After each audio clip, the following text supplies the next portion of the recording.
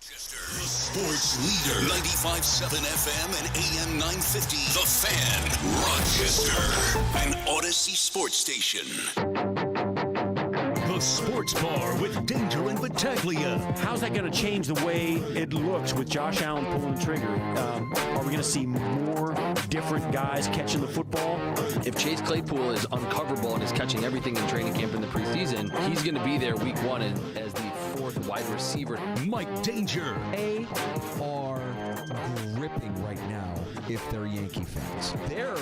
They are lost. Gene Battaglia. This is screaming for a managerial change. Cleveland Guardians selected Oregon State second baseman Travis Bazzana with the first overall pick of the 2024 MLB draft. The National League starter in the All-Star game and the man that we all want to see on the mound in the Midsummer Classic. Congratulations to Paul. 95.7 FM and AM 950 The Fan. Rochester.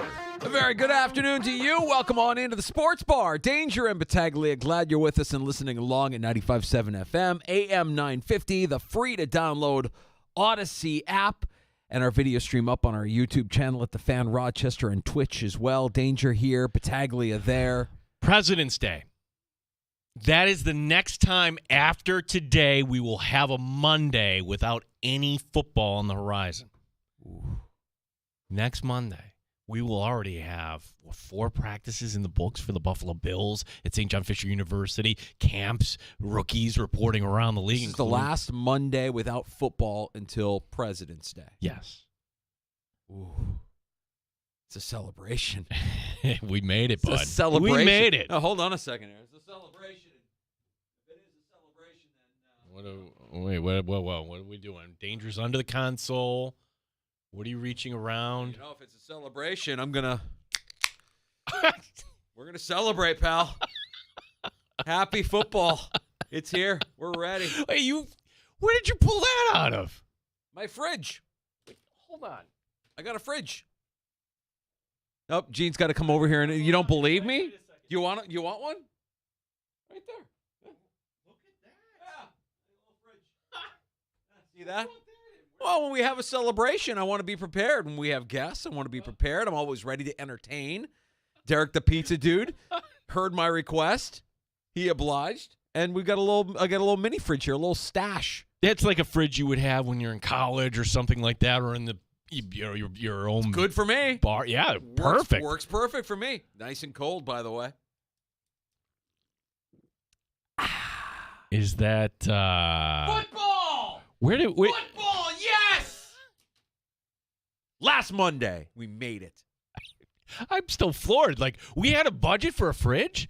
Or is that out of storage? You think that's new? That is not new. That is not new. I don't know who he took it from or who had one that didn't use it, but I will gladly take I think the conversation went something along the lines of, hey, pizza dude, do we happen to have a fridge just laying around anywhere?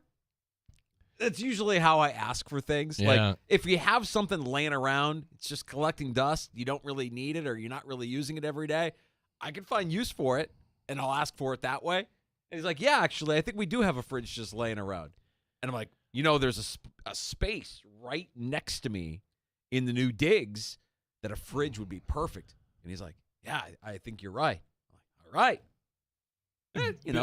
That's a surprise. And a few weeks later, we've got a fridge. And there you are, drinking a cold one with the approved Yacht Club koozie. Yes, our friends, Captain Obvious, the rest of the Yacht Club crew. They gave me a koozie at one of their shows, and now it's the official koozie of the Sports Bar with Danger and Battaglia. And if you are watching right now on YouTube or Twitch, you see Mike Danger just enjoying a nice... Summertime, it's hot. Football is right around the corner. We're ready. This brings back one of your topics. And when I was on vacation, I had the shower beer, and you talk about the mowing beer. There's many different beers. The studio beer. Ooh. On a Monday. Okay. Studio beer. I mean, we've had some good studio beers over the course of our life here in the Sports Bar. I'm going back in time. I remember we've had the remember I had that Yingling cooler that we had. Yes. That was some fine studio beerage. I remember the guys from Three Heads coming in, and they did the chocolate chip. Yeah, that might have been the best of studio beers. The rich stout chocolate chip cookie stout from Three Heads, when they brought that in, that is by far the best studio beer we've had. But we've got the fridge now, Gino. And if you're going to tell me that we're celebrating today because it's the last Monday before football season starts, dude, you don't have to tell me. You don't have to threaten me with a good time. It's a party today. I walked in earlier today, told Danger that, and it hadn't even crossed your mind. I'm like, yeah. Well, I don't know how your weekend was, but I had a lot of things going on this weekend. It was a lot, Gene. There was a lot going on this weekend. And I know you had your day of solitude on Saturday where you were left alone and you got to watch the Mets in central air and comfort. And I enjoyed every minute of it. Very rare that I tweet something and then I got quoted on a national website. Oh, what I didn't tell you about this. So my day, Danger, I got everything done, okay, and MLB Network, the 1 o'clock game. All right, it's I know where this is going. Yeah. So 3 o'clock, I'm sitting watching this. I'm like, okay, the Dodger bullpen is going to wrap this up. Fantasy wise, I've got a couple Dodgers in my team in the bullpen. Well, they blow it. It's a terrible loss for the Dodgers, except nobody got to see the end of it. That's right. Who does this? Well, the Futures game. All of a sudden, whoever's in the studio, we apologize as we're going to take you now to the Major League Baseball Futures game, which brutal. So I just tweeted like, hey, MLB Network, know your audience. This wild ending we didn't get to see. Ends up that the Tigers score 5 in the bottom of the 9th. They score 2 in extras, and they come back and win 11-9. That's not your typical Saturday afternoon game, but you stick with the game. Yes. So the website Awful Announcing then put this up like, hey, this is really, really bad, and here's outrage from fans. I'm like, holy cow. Oh, and so yours was one of the I was one of the outraged fans. You were featured in an Awful Announcing article. That's great. But, and then I watched the Mets win, and then we also had the Padres and Braves at night. And then I capped it off, Danger, with a little bit of Blue Jays Diamondbacks. Okay, so that baseball was Saturday. It's fantastic. I did not enjoy a good chunk of my my weekend. Well, who's to blame for that? Well, I shouldn't say I didn't enjoy it. There were moments of discomfort, but the end result is satisfying. I can't be upset at the end result. If you were listening on Friday, I laid out my weekend, which included replacing my basement windows with glass block. We've had problems for years where if the rain comes in a certain direction, the window well floods and the water would just gush in through the windows and flood the basement. Not like anything catastrophic, just a giant pain where, okay, everything's wet, got to peel back the carpet, make sure it all dries off. We don't want to get any mold. We got to make sure everything is, and then we got to reinstall everything, put everything back. It's a pain. It's a giant pain to try and keep the basement dry when you've got water coming in through the windows because my house isn't graded properly. You don't want to regrade the house. Just so issues. That's a smart play. Just get the glass block, but there's like countless people that could help you do this. I understand. My wife does not understand. That part is, no, we're not going to pay somebody to do this for us. We can do this ourselves. This is an easy job. We can do this ourselves. I'm like, I'm sure it isn't that challenging, and I know we can do it ourselves, but what is our time worth? I keep trying to say, like, what is our time worth? Our time spent this weekend, and we didn't even do both. We only did one of the two. We got the job halfway done, which means, guess what? This weekend, I'm going to have to do it again. I'm going to have to do the other one. And now that we've got one under our belt, the second one should be easier. Should be easier, but I'm not going to hold my breath. No, Saturday, I dig out the window well and, look at it. And I'm like, okay, do we have anything do we have the mortar? Do we have anything? We didn't even have anything. So we weren't really prepared to do the job. We had the physical glass block window. Sunday, we get up and we get after it. So I dug up the window well Saturday. Sunday, we replaced the window. I only got a little boo-boo. Not too bad. Just a little one in my hand where I went to smash the crowbar with the hammer and just misfired a little bit. took a chunk of my hand out. That's okay. It's an OSHA violation, as my son would tell Yeah. me. That's not very safe. Yeah. Well, yesterday afternoon, I didn't think any of us were expecting that big storm to roll through. Dude. That was Dude, I mean, that was the peak of the frustration because, it was a little frustrating getting the job done. Getting the window frame out of, the concrete was a little bit of a challenge. It's in an awkward spot, and I really had to get after it with the crowbar. Finally got that out, get the window installed, put on the mortar, and we think it's okay. We don't really know how long it takes for mortar to cure, but about an hour, I would imagine. Like, it starts getting a little bit firm. And, yeah, you're right. Maybe like 3 hours after we done, we looked at the skies, like, oh, my God, we're going to get nailed with a thunderstorm. And it's coming from the direction where I'm like, if this comes the direction I think it's going to come, it's going to fill up that window well that isn't really even a window well right now because I dug it all out. And sure enough, water's rising in this hole next to the window. And I'm like, well, as good a test as ever to see if this is going to work. And then I'm like, all right. And this is where my wife and I were going back and forth. I go out in the rain. It's pouring, and I take a tarp and cover it up so that no more water can actually get up to the window level. Wanted to see if it would hold water, and I'm sure it would have, but we weren't really willing to risk it after we did all that work. So that was the peak of frustration, being drenched from the rain and from the thunderstorm. But the job is done. So that is the satisfying part. Now it looks better.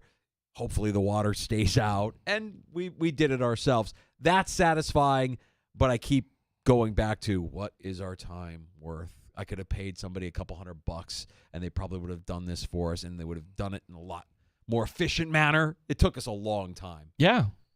But I did get to watch the Euros with my daughters, as I wanted to do. That was really the only thing I really wanted to do. Nice game. It was a great, Yeah. boring first half.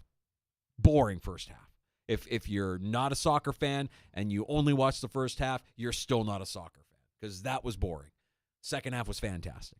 And it came down to the wire, and Spain got the win, and I'm getting emotional, and my daughters are happy because they were going to be happy either way. My daughter likes the English team, but she also was rooting for Spain, and because Spain won, they were the better team. Everybody says it. Oh, they're clearly the better team. They deserve to win. They did. They get the win, and that was great. And then last night we were trying to watch the Copa final from Miami. Now, look. If we're going to talk about home ownership here, I feel like it's a little irresponsible for the owner of the Miami Dolphins, Josh Allen, to spend a weekend golfing when you've got people invading your home any way they can to see this final game. He's just out there having a good time at Tahoe golfing when you've got these Colombians and Argentinians just infiltrating Hard Rock Stadium in Miami. Take care of your house, Josh. Take care of your house. You can't. You own the team. Take care of the venue. Argentina got the win. But that's not what people are talking No. about. No, like the videos of going up a duck and climbing the fence, doing all that other stuff. I mean, if you don't understand the popularity of soccer outside of the United States, look at that and tell me how you don't understand. Like, it just means more to them. It just means everything to them. And I don't know. It means getting arrested and breaking the law, and their fandom is out of control. It's out of control. Like, for as crazy as we are about our teams, it's different, man. These countries. It's a little disturbing that in this day and age, okay, just your the power of numbers, I suppose. Yeah. FIFA World Cup. That's 2 years from now. At least this happened now. Treat it like a Super Bowl. I've never covered a Super Bowl. I've never been to a Super Bowl. You've been to a Super Bowl, Danger, but that was many years ago. Guess where that Super Bowl was? Yeah, right. But you have perimeters set up. You have checkpoints set up. You're not getting anywhere close without a ticket, correct? So how was this any different down in Miami?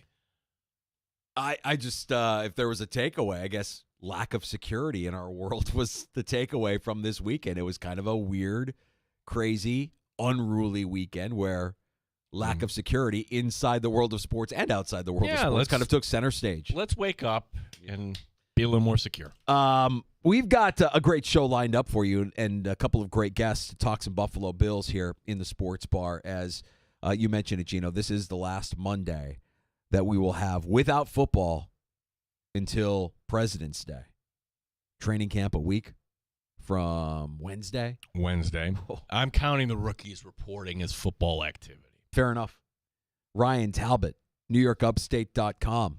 We'll talk some off-season storylines with him here at 3:25. Yeah, as certainly Josh Allen, good that he's relaxing, having some fun at Tahoe, shooting baskets. I don't know if you saw that, but what can Josh Allen actually do to be better this year to get to the Buffalo Bills where they need to be?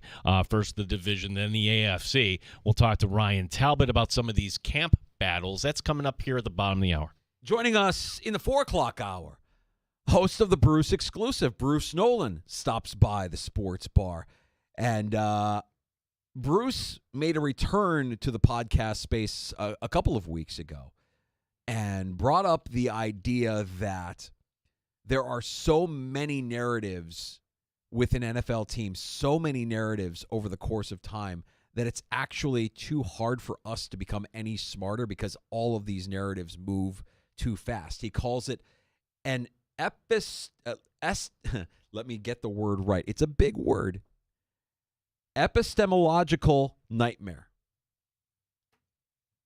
That's the study of knowledge. Okay. That's what that thank word you is. for I did not know that. There's just too much going on. And what we talk about today will be something that is forgotten about in a couple of weeks or 6 weeks. Whatever our narrative du jour might be.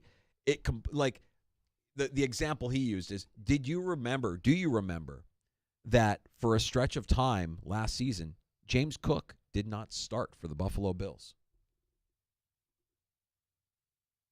Nobody remembers. No. There were a couple of games. Now, he played, but he didn't start. For what that's worth, during the Dorsey era still, James Cook didn't start.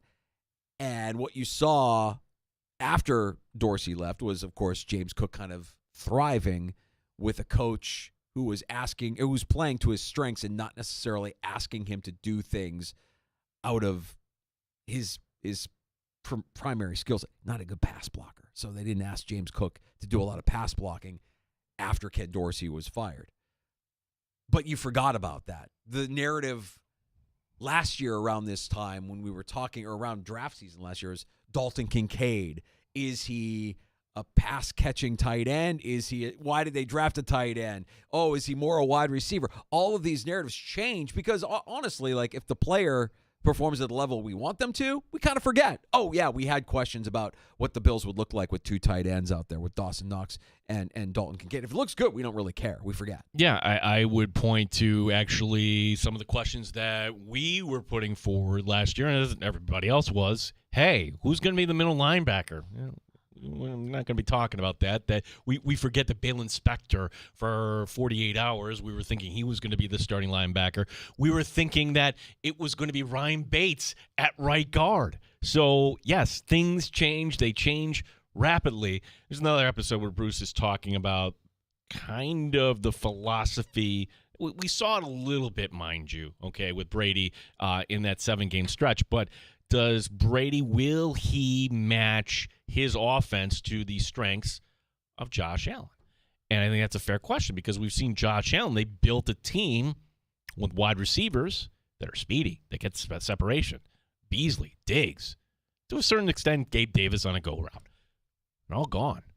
These are stronger guys, different skill set. Yeah. What about this direction? Are they actually matching this up to Josh Allen? Is this going to improve the Bills' offense? Is it a cause for concern? It's an interesting point to debate with him. Yeah, we'll also discuss with him the impact that Ray Davis may have in a Joe Brady offense behind James Cook. They draft a guy for a reason. Could Ray Davis actually be an upgrade from what the Bills had last year in Latavius Murray and Damian Harris, who we kind of forget was on this team last year at this time?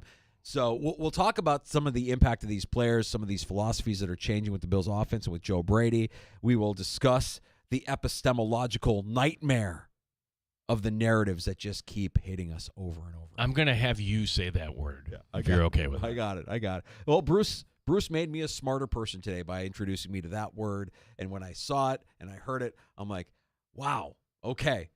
Good that we have Bruce on with us to make us all smarter football fans. And there's a new word that you can throw around to make yourself seem smarter than you actually are. I know I will. We have time for your calls at 866-4326 if you want to pull up a stool and join us. 585-866-4FAN is our phone number. Ryan Talbot of NewYorkUpstate.com is going to join us next. We haven't had Ryan on with us in a while. It's been a downtime, but you can see things are starting to pick up a little bit. There's some noise. There's some traction. We're getting ready. I feel bad. We haven't had Ryan on since after the draft. Can you believe that? Wow. Yeah, it's been way too long, and Ryan will be one of the many Western New York media members coming into Rochester coming up next week, and looking forward to that. And, of course, he's part of the Shout podcast with Matt Perino. You're one of those Bills beat reporters. You're just cherishing every second, right? Or are you starting to grip like it's Sunday and you're going back to work tomorrow? Like I'm wondering. I think the gripping begins when the first firework goes off on the 4th of July. I think that's when you realize, okay, it's fall. Like, I know it's not fall. I'm not wishing summer away, but the mind kind of takes you there at the end of the 4th of July weekend, and you start to realize, like, okay, we are in it. It's coming, and it is. It's going to be here. And there's other things going on, by the way, that like give you little reminders that football is here. We'll talk a little bit more about that here later on this afternoon. Friday is a day I've had marked on my calendar for a while, and some of our regulars are ahead of the game. I'll explain why Friday is important and why, Gene, I might need a day on Friday. Okay. I don't know how you feel about that. Okay. We'll get to that later on. Not this sure afternoon. what that's about, but that's we could also talk about those Yankees. Our poor intern Zach, he took off, but drove down to Baltimore. Yeah, he went to the game on Sunday, right? Yeah, it's Sunday, and it's hot. It's a hot ride down, right? It's even hotter. But name me a worse loss in Major League Baseball this year than what the Yankees put forward. Like, to have not one but two little league errors cost you the game. Nobody's remembering Volpe's error if in left field Verdugo doesn't trip over his own shoelaces and misjudge a play. Yeah, and that's after they get the first two in that series. And Baltimore was, obviously has been struggling as well. So both teams kind of go into the All-Star break here, putzing along a little bit. Yeah, I mean, it's funny. We had Friday, and if you love baseball, and you can always go back and listen, we had one of the voices, Ben Wagner. Great conversation with him. And you look at the Orioles like, wow, this is a team that maybe they get over the hump. He's like, well, he was very pointed, like, this team needs more starting pitching. Every team needs more starting pitching, but you're looking at some of what they trotted out there this week. Yeah, they're going to have to be in the market. And if the Orioles don't make a move, I keep coming back to, could it be a team like the Guardians? Could it be the Astros rising up? I mean, I think a lot of people here in Rochester were already thinking, all right, the winner of the AL East is going to win the American League pennant. I'm not so sure, Danger. Both the Yankees and the Orioles, as good as they are, they do have their flaws, and you're going to be in one of these series that's only 5 games. It's like hockey in a way where, the better team doesn't always win. Home run derby tonight, All-Star game tomorrow night. Corbin Burns going to start for the American League? That is true. And we can give you some odds later if you want to play along for the home run derby. I count me, Danger, as somebody who likes the home run derby now over the All-Star game, but if you are going to sit down tomorrow night and watch the All-Star game. Skeens is out there. I'm watching. Skeens against Henderson. Skeens against Soto. Here comes Skeens against Aaron Judge. Gino, if Skeens pitches in the second half of the season the way he pitched in the first half of the season, he's winning the Cy Young. The only thing that would stop Skeens from winning the Cy Young is Pittsburgh saying, hey, we're going to pull you back a little bit. Correct. But, I mean, he's been the best pitcher in baseball. No doubt. 11 starts. Fantastic. Amazing. You can say this is the best start to a career for anybody. I'm including Fernando Mania. Go look at the stats. Yeah. He looks great, and we'll see him tomorrow night in the All-Star game. Home run derby tonight. Lots of action. And a table now set for you here in the sports bar. We appreciate you stopping by. Thanks for listening in the free-to-download Odyssey app where we sound our best. You can also get us on your smart device when you ask it to play 95.7 The Fan, and appreciate the viewers, people watching on YouTube, our YouTube channel at The Fan Rochester, also twitch.tv/The Fan Rochester. Look us up on Twitch, and you can watch along in the sports bar as well. Ryan Talbot, NewYorkUpstate.com. We talked some Buffalo Bills next in the sports bar. Danger and Battaglia on The Fan Rochester. You're listening to the Sports Bar with Danger and Battaglia. On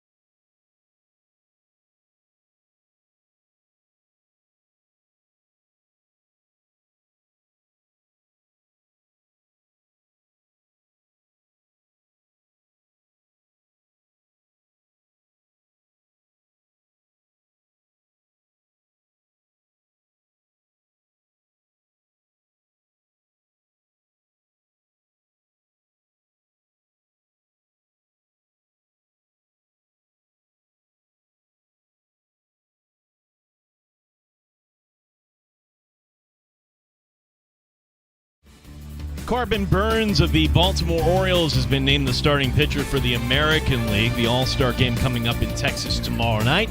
Tonight, it's the Home Run Derby. Buffalo Bills will have a few joint practices with the Pittsburgh Steelers. It's taking place in Pennsylvania, leading up to their second preseason game. That'll be taking place on August 17. Bills rookies reporting to St. John Fisher University tomorrow. We'll talk some Bills football coming up next. Ryan Talbot, NewYorkUpstate.com, joining us here in the sports bar. Rochester Red Wings, they get shut out yesterday to end the first half of their season down in Worcester. They're back in action coming up after the break in Syracuse. Sports is brought to you by GetMyPerks.com. Get half off to Peace Frog, a Doors tribute band. That concert coming up this Friday at Batavia Downs Gaming and Hotel. Gene Battaglia, The Fan Rochester. Straight up up with no chaser. You're in the Sports Bar with Danger and Battaglia on the Sports Leader, 95.7 FM and AM 950 The Fan, Rochester. Back in the Sports Bar, it's Danger and Battaglia as we get ready for Buffalo Bills training camp. It is a week from Wednesday. Gino mentioned it. Rookies reporting what next? Tomorrow. Tomorrow, the rookies Tomorrow report. they report, yeah. St. John Fisher, we welcome in Ryan Talbot covering the Bills for NewYorkUpstate.com. Always good with his time to join us. Ryan, with training camp coming up a week from Wednesday, what are you most looking forward to after this offseason with the Bills? There's a lot of things I'm looking forward to, but I think for me it's probably going to come down to what does this new wide receiver room look like, and even the offense as a whole. There's over 300 vacated targets in this offense that are going to get split around, whether it's tight ends like Dalton Kincaid and Dawson Knox, some of the new wide receivers on this roster, or even, some of the backs, maybe see a jump from James Cook. So I'm really looking forward to seeing how those vacated targets get split up. And, this summer at training camp, that's where it starts. Who really stands out in this offense and shows that they're going to make the most of this opportunity. Yeah, I mean, we're looking so much at the back end. I'm just thinking at the top end here, Ron, because we know Kincaid. I think we can kind of pencil in he's going to at least get the same production, maybe a tick up, right? But how would you kind of assess the top end of the wide receiver room? You have Shakir, who last 7 games, he was really good under the new coordinator, Brady. You have Curtis Samuel coming in. You have the second-round rookie being the first overall pick in Keon Coleman. How do you see that kind of, I don't want to say battle, but that pecking order playing out? Yeah, that's a great question. I think to start the year, you're going to see Curtis Samuel maybe be that wide receiver 1. And it's funny saying that he has inside-outside versatility. He's been a wide receiver 2, wide receiver 3 in his career. Never really had that opportunity to be a wide receiver 1, but he's a guy that has has a year of experience in Joe Brady's offense, and he showed a lot in that season with over 1,000 total yards, 800 plus receiving, 200 yards rushing on the ground. Showed his versatility. So to reunite with Joe Brady, and for the first time in his career, be on an offense with good quarterback play. I mean, that 2020 year was with Teddy Bridgewater throwing him the ball. So he hasn't had much success with quarterbacks in terms of his time at Carolina or with or in Washington. So this is going to be a big jump for him in terms of the QB play. That alone, I see him really being able to hit the ground running here in Buffalo. Khalil Shakir it would be that next guy I have slotted in. Obviously saw a huge jump in production from 161 yards as a rookie to 611 yards. Was catching everything his way in at the end of the season.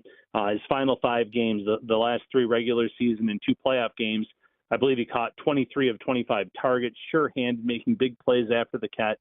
And now you have another offseason of him training with Eric Moulds, working on certain parts of his game that the Bills, I'm sure, identified as needs. I'm excited to see what he looks like in year 3. Keon Coleman would be number 3 for me in terms of that trio you mentioned.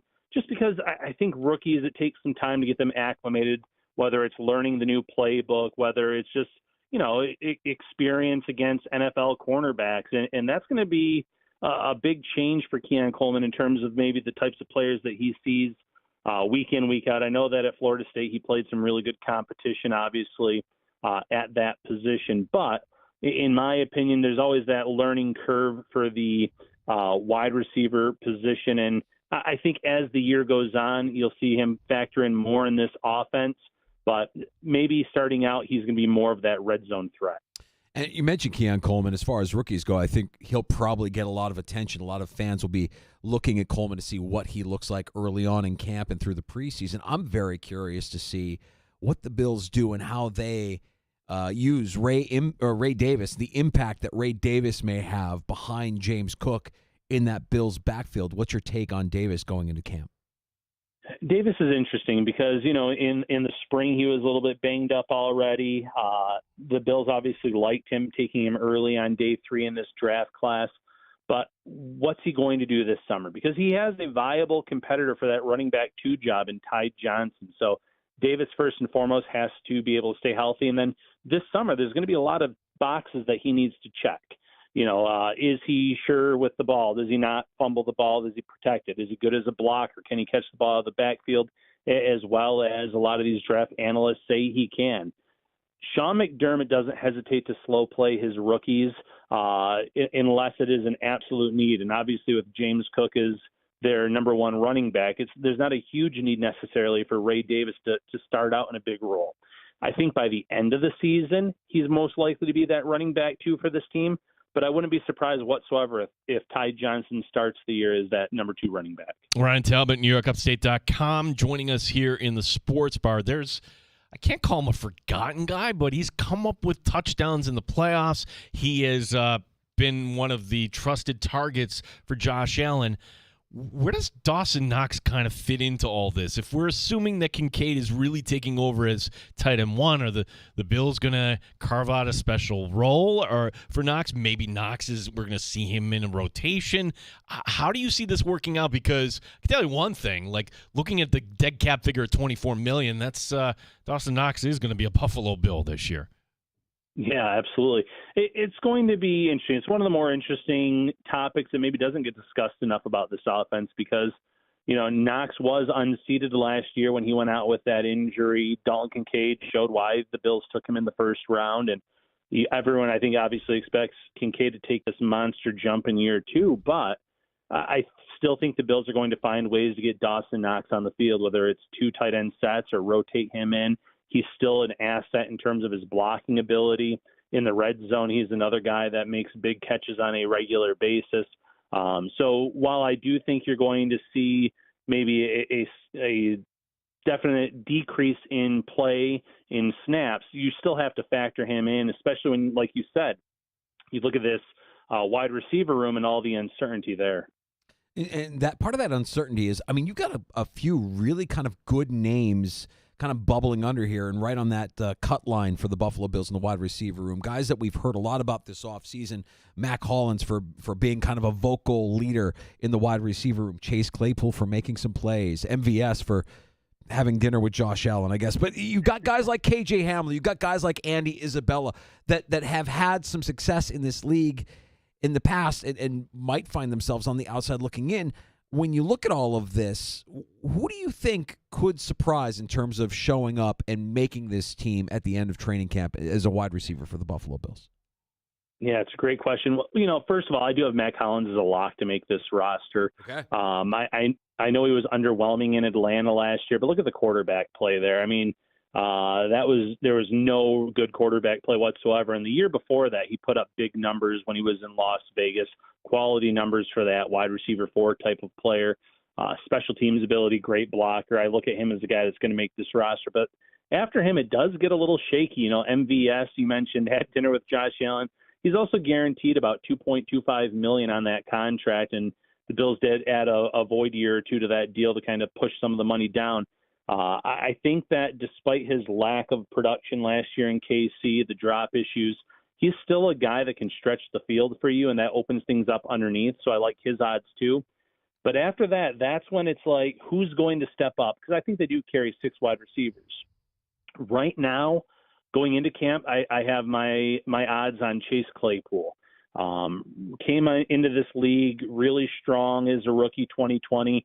Almost mirrored that production in his sophomore season. He did see a big drop in his touchdowns in year 2, but once Ben Roethlisberger's arm went, you saw that dip in production. When he goes to Chicago, we know all the Chicago quarterback issues up until, obviously them drafting Caleb Williams this year in the draft. So didn't have great quarterback play there, and then traded again to the Dolphins in October of last season. Just didn't really probably have enough time to adjust. So I think based on the production, he's that guy that might surprise some people in terms of making this roster.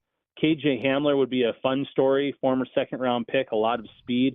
But, man, you look at his injury history, and you're talking hamstring, ACL injury. He has had a heart irritation issue last year that kind of came on the radar in I believe it was August of 2023. So he's had some injuries and some bad luck. He's a guy that just needs to prove he can stay healthy. Yeah, one thing I think, Ryan, we don't talk enough about is the new kickoff rule. And honestly, I think that if Sean McDermott was on the competition committee, knowing that this is something coming down the pike, I hope there is a plan for the Bills to, I don't know if exploit is the right word, but take advantage here of this. And I guess it all starts with the personnel here. And of everybody that you're looking here that's going to be reporting to Fisher here, does anybody jump out at you? You mentioned Hamler. That could be one guy, but is there anybody that we could see as being that guy who could pop one off here occasionally for Buffalo?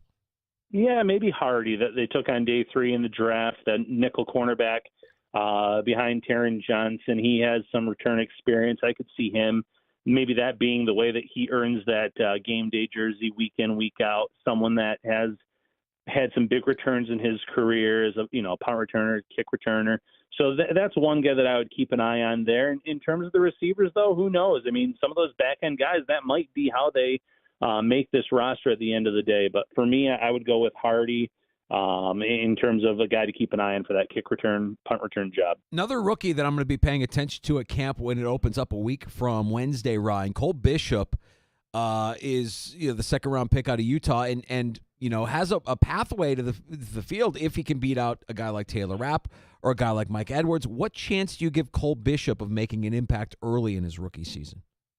I think he has a really good chance of making an impact early. And, Mike Edwards, I like the player, good veteran, played in a great scheme in Kansas City, so comes from really good coaching as well. I'm sure that the Bills prioritized that when they were looking for some safety options. Taylor Rapp did look better as the year went on in his first season in Buffalo, but you don't draft Cole Bishop in round 2 and kind of just sit him for a good portion of his rookie year.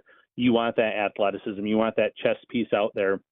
This is a guy that moves extremely well for his size. He's someone that blitzes extremely well. I think that the Bills look at him and they probably get excited in all the ways that they can use him. And while, you want to make sure your rookies are comfortable with the playbook before you throw them out there, in terms of the talent level and the production, I think there is a gap there between him and guys like Rapp and Edwards. So I don't think it'll take long for Cole Bishop to make an impact for this defense. Ryan Talbot, NewYorkUpstate.com. He'll be one of the many who will be making their way through Western New York, through Rochester coming up beginning next week. Ryan, one of the storylines, well, it's similar to a couple years ago. Actually, I'll phrase it this way. The Bills have had a big-name defensive player who's been on the mend every training camp here. 2 years ago, it was Tre'Davious White, and we saw how the Bills slow played that. And maybe Wright he was in shape, but he wasn't in quote-unquote football shape. We didn't see him until later in the year.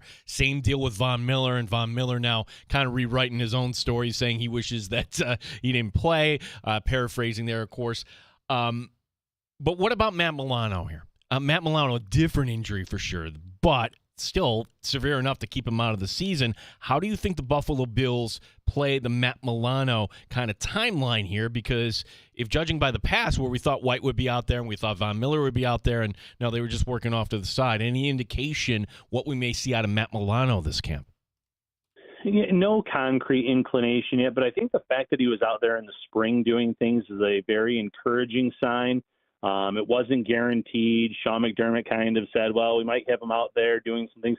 But then he was taking parts in drills, and, you saw him. He looked like he had some maybe that burst, and he was looking better. There was so much unknown about his injury, whether, planned or unplanned. The Bills kind of saying it's something they had never dealt with before. Definitely, played on the cautious side in terms of keeping him out, never even open the possibility of saying that he could come back in time for the playoffs last season. But based on the fact of what we saw from him in the spring, I think that there's a better chance of seeing him on the field in week 1 or early in the season than it was for Von Miller or Trey White 2 years ago. Ryan, it may be not the sexiest topic, but every year we have to evaluate and look at what's going on with the Bills' offensive line. I'm a little bit down on what they could do this year because I think last year was extremely fortunate for them to play the entire season essentially with the same 5 guys up front. Deion Dawkins has never started the season with the same guard twice. That continues with McGovern sliding over to center and Edwards is presumably starting at left guard. What's your evaluation of the offensive line for the Buffalo Bills as they head to St. John Fisher? Yeah, I'm actually very excited about this unit going into this season. And, time will tell if I'm right to be in that regard. But I think Aaron Kromer is one of the best in the game in terms of coaching up the offensive line. And going into this season, I feel like you're going to see some from left to right, a really more powerful, maybe offensive line. That might be the best way to put it. I think you're going to see them blocking in the run game even better than they did 1 year ago. I think that you might see Josh Allen even have a little bit extra time in the passing game. You mentioned Deion Dawkins. He is still playing at an elite level at left tackle. We'll see how the guard play next to him affects him. Obviously, there has been some years where the guard play has been a little bit down, and Dawkins hasn't looked as elite or as at a Pro Bowl, All-Pro type level as we saw 1 year ago. So, who's that going to be? You mentioned one option in David Edwards. It could be Cedric Van Pran Granger, a guy that they drafted on day 3 that a lot of people kind of projected him to be a center, but the Bills say they look at him as a guard and center, depending on what happens there. But I love the right side of this line. Osiris Torrance in year 2. He was a guy whose name you never heard in the regular season, and that's the best thing, the best compliment you can give an O-lineman. I think in year 2 you're going to see a big jump from him. Spencer Brown playing in a contract year, trying to show that he is the right tackle of the future for this team after a really good year 1 year ago. It's going to come down to health for him and building off of that season. And then at center, McGovern has said, this is that's his best position. He's most comfortable there. He has a bigger wingspan than Mitch Morse. I think he brings a little bit more power to the offensive line at that center position, whereas Morse had to rely on his athleticism, which he did a great job of doing. But I really do like that O-line from, left tackle to right tackle, and some of the depth there, too, is going to make it pretty intriguing this summer. Ryan, it's funny because we can have a lot of fun conversation talking about all these different positional battles and who may make the team. Ultimately, in my opinion, if the Bills want to get to where they're going, it depends on can Josh Allen take that next step. And let me just read this quote for everybody. We haven't brought this up on the show yet, but Jeremy Fowler, ESPN, sits down with the unnamed executive. He provides this quote. Now, the disclaimer here, Ryan, whenever you're going to the unsourced or the nameless executive, whatever, yes, understandably, you'd rather have somebody put their name on it. But here is the quote on Josh Allen. Quote, "One of the more overrated players in the NFL. Immense talent, but he makes a lot of mistakes. He's underdeveloped at winning at the line of scrimmage, tends to lock on targets, more of a thrower than precision passer, forces throws into traffic." Ryan, is that fair or not? No, that's not fair, and I'm guessing that executive will be looking for work sooner rather than later if that's his analysis of Josh Allen. Allen, you live with the turnovers. He's high up there, but he's also number 1 in terms of total touchdowns over the course of his career. He's someone that has helped turn this franchise around, made them a perennial Super Bowl contender year in, year out. There are certainly weaknesses in his game, but to call him one of the more overrated quarterbacks is asinine, in my opinion. Ryan, the pass rush is another area that we look at and think, all right, how can this get better this season, or how can we improve over what they had last season? And there's a name that I'm intrigued by because I feel like it went kind of under the radar as far as the signing goes. Is Dwayne Smoot anything for this rotation of pass rushers for the Buffalo Bills defense going into camp? He's going to have to show it this summer. He's someone, though, that was coming off of a serious injury in Jacksonville. But before that injury, he was someone that you could count on for, 5.5 to 7.5 sacks pretty regularly. If he can return to form and do that, the Bills would love to have him as edge rusher number 4 in that rotation. Obviously, Von Miller, Greg Rousseau, I have on the top line, AJ Epinesa claiming one of those spots. But, Smoot has to kind of show that he is that player and he can be that player. And we know how it can take some time for players to return to form at the edge rusher position, as we saw 1 year ago in Von Miller. There's a ton of question marks about this edge rusher depth. Is Kingsley Jonathan going to step up in that spot, or is it a Cameron Klein, Javon Solomon, who they drafted this year, who had a lot of production at Troy? And listen, Troy's produced some pretty good pass rushers in their day, but you don't know until you kind of get out there and in the pads to see what these guys can do. And Smoot has a track record of production, but he also is coming off of a pretty legitimate injury and has to show that he is that player of old. Ryan, do I owe you an apology? Did we interrupt the shout podcast because I'm looking at this screenshot of Perino and this bewildered look on his face while you're on the phone with me as we're just coming on a commercial break. Do I owe you and Perino apology here? No, we're taping our positional previews, and we were starting it at 3. I thought we were going to get the first one done by that certain time, and we were finishing it up, and I'm like, oh man, I wasn't looking at my cell phone clock there, and I saw it ringing there at the end.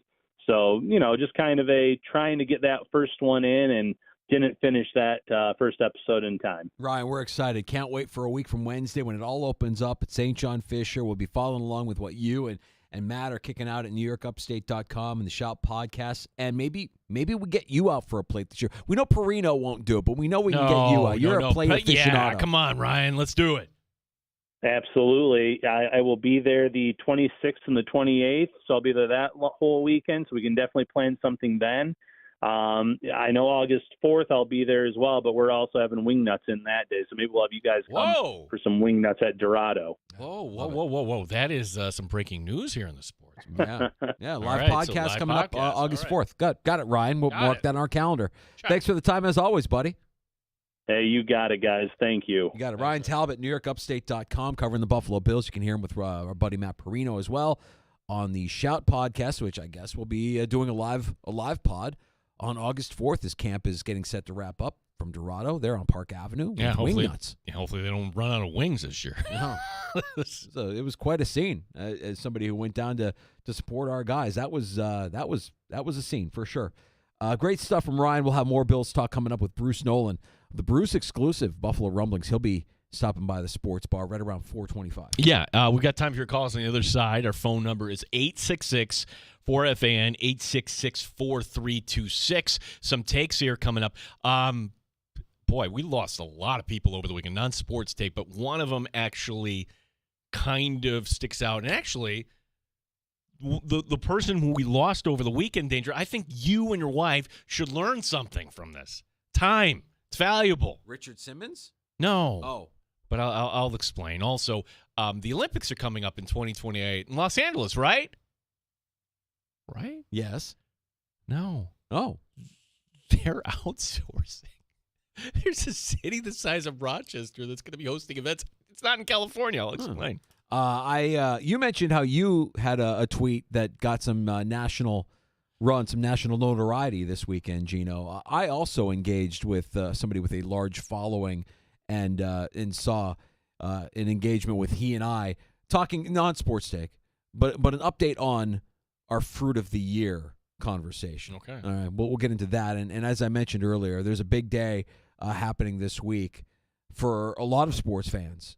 And I'm saying that if today is our final Monday without football until President's Day, I think Friday we need to clarify. Friday should be a special holiday, with finger quotes, holiday as well. And I might need the day on Friday. Friday. Okay. I'm trying to think what that day might be. We'll get into it next, and we have time for your calls at 866-4FAN, 866-4326.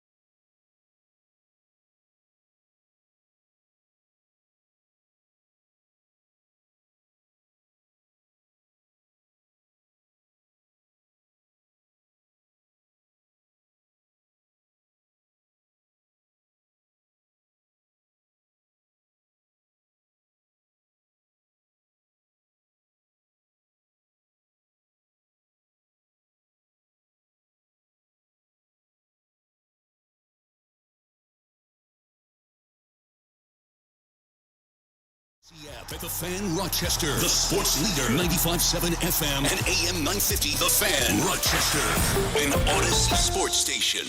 The Fan Rochester Sports Update. Corbin Burns of the Baltimore Orioles is named as the starting pitcher for the American League, the All-Star game taking place tomorrow night. It's the Home Run Derby tonight at 8 o'clock. Buffalo Bills are going to have a few joint practices with the Pittsburgh Steelers. This will be down in Pennsylvania, leading up to their second preseason game coming up August 17th. Starting to look a lot like camp around Fisher right now as Bills rookies reporting tomorrow. We'll talk to Bruce Nolan, the Bruce exclusive podcast, coming up later this hour. Rochester Red Wings, they fall in their final game before the break. Shutout at Worcester. They're back in action coming up on Friday in Syracuse. Sports brought to you by GetMyPerks.com. Today, get half off to Batavia Downs for a concert. Peace Frog, a Doors tribute band. That's coming up this Friday night.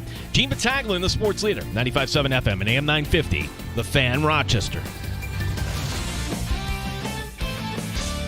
The Sports Bar with Danger and Battaglia. How's that going to change the way it looks with Josh Allen pulling the trigger? Are we going to see more different guys catching the football?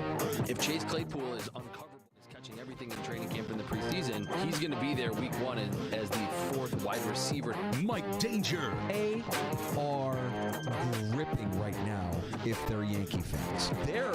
They are lost. Gene Battaglia. This is screaming for a managerial change. Cleveland Guardians selected Oregon State second baseman Travis Bazana with the first overall pick of the 2024 MLB draft. The National League starter in the All-Star game and the man that we all want to see on the mound in the Midsummer Classic. Congratulations to Paul. 95.7 FM and AM 950, The Fan, Rochester. Gino, we were literally a couple of inches away from losing an entire guest list on David Letterman in 1993 over the course of this weekend. Dr. Ruth, Richard Simmons, and, of course, Donald Trump. The idea that it was a tsunami of loss this weekend. I know. You have others. Like, did you see Jacoby Jones pass? I remember Jacoby Jones being so impactful that first season with the Baltimore Ravens, and I also remember my daughters cheering for him on Dancing with the Stars after he had that big Super Bowl performance. Yeah. Forgot about him. 40 years old. We don't know the cause of death or Jacoby Jones. He passed away in Houston over the weekend. And this one hits. Man, because like her and I are the same age. Shannon Doherty's gone. 90210. Yeah, that's...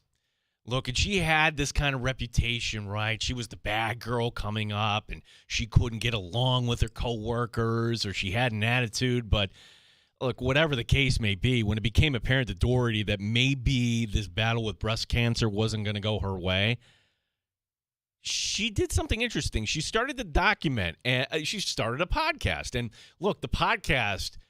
not self-serving, because a lot of celebrity podcasts are about me and my project and me. No, this is actually quite sad. It goes quite deep. And the one story of Danger, the thing that stuck out to me, she tells the story of selling her property in Nashville.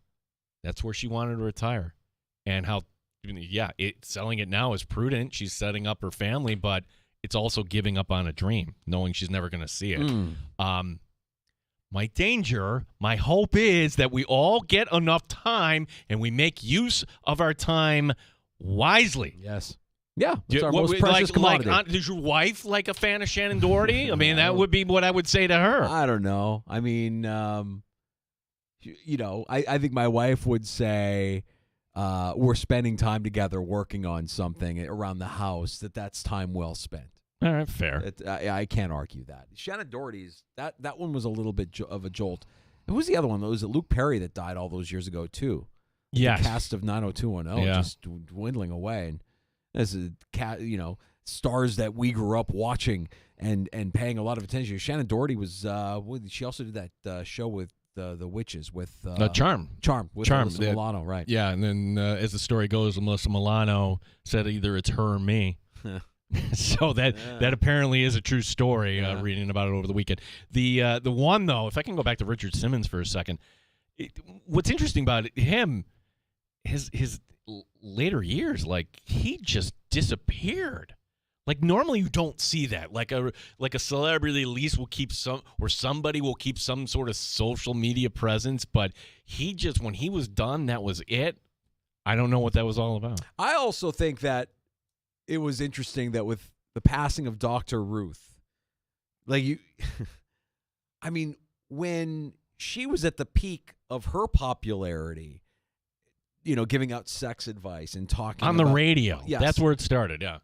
But the knock on her was, what does this old bat know? She's she's well past her prime. That was 35 years ago, and she was around that long. Okay, put my hand up in the air. I'm like, wait, she was still with us? Right. I don't know. Right. I'm going to ask for a little leniency this week. Why? I know that some of our regulars may already have their hands on it, Gino, but I'm going to request that Friday becomes Play College Football 25 Day.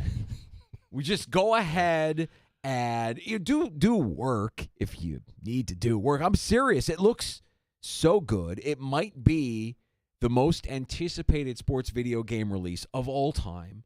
And I've been immersing myself in gameplay footage. The level of detail, as you would expect, is insane. And with all of the options that are available to a player in Dynasty mode, let's just say I'm not going to be able to make it in on Friday. Maybe I'm coming down with something. I might have my hands full, and no, I'm not sponsored by EA, but feel free to get at me and make things right. Electronic Arts. All right, so I had a lot of questions about this. Is it just the Power 5 conferences, or does it go a little bit deeper? Can you play the UB Bulls? Can you be? Does it go to the subdivision? You can play UB Bulls. I don't know that it goes subdivision. Yeah, I think it's the group of 5. And what's intriguing to me is I've been hearing people, for the entire time that the game has been gone, we miss Dynasty mode. We miss Dynasty mode.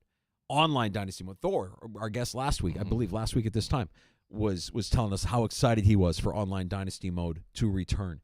And you can build your own college football program online with your buddies. Go head to head. Like it's fantasy football on steroids when you consider how you can build a program as its head coach or start as an offensive or defensive coordinator and just work your way up through the ranks. I can't wait. I mean, every bit of content that I've seen around this game looks incredible, and I'm going to request a day on Friday. This is the last great release, right? No. What you mean? Sports release or video game release? Video game release. No, next year. No, it won't live up to this year. Grand Theft Auto 6 is out next year. After being away for a decade, that's also part of the story here with college football. Yeah. That is the story here, where if you love college football and what this will do for the sport for a younger generation, if you're the NFL, are you a little worried here? Well, you still have Madden. And I think the people that have their hands on it already did a bundle. Like EA was, threw out a bundle where you could get both Madden and college football together. If you pre-ordered them both together, you would get this as an early release. I didn't go that far because, quite honestly, if I want to play Madden, I'll just pick up Madden from 4 years ago, and it's probably the same video game. Listen, I'm not going to dump on you or any other gamer. Like, honestly, that's your thing. I'm speaking up for the rest of us. Like, hey, knock yourself out. Have some fun. What are you going to do if I'm not here on Friday? You going to take a day? Yeah, probably. I'll make some sales calls or do whatever I do here. So I'll check in with you. All right. Line up some things here. One thing, more proof that maybe the rest of the world doesn't revolve around the United States. Like, if you were looking for good counter programming right now to baseball, this would have been the time to put the Olympics, right? You would have had the Olympics coming out, and we would be enjoying this all in July, but that's not the case. I was thinking about that as I was watching the Euro final with my daughters. Like, the next sporting event that they're going to care about as much as they just cared about the Euros is the Olympics. Like, that's the kind of sports fan they are. This is for the casual, right? They appreciate the competition, but they latch on to players and athletes that they know about, and that will become the story. Yeah, and like, as far as what I'm interested in, I got to be honest, I'm not interested in basketball. Does that make like I know we have all these updates about Team USA and Caitlin Clark. Will they add her to the team? I'm more interested in track and field, honestly. Same. I love the track and field events.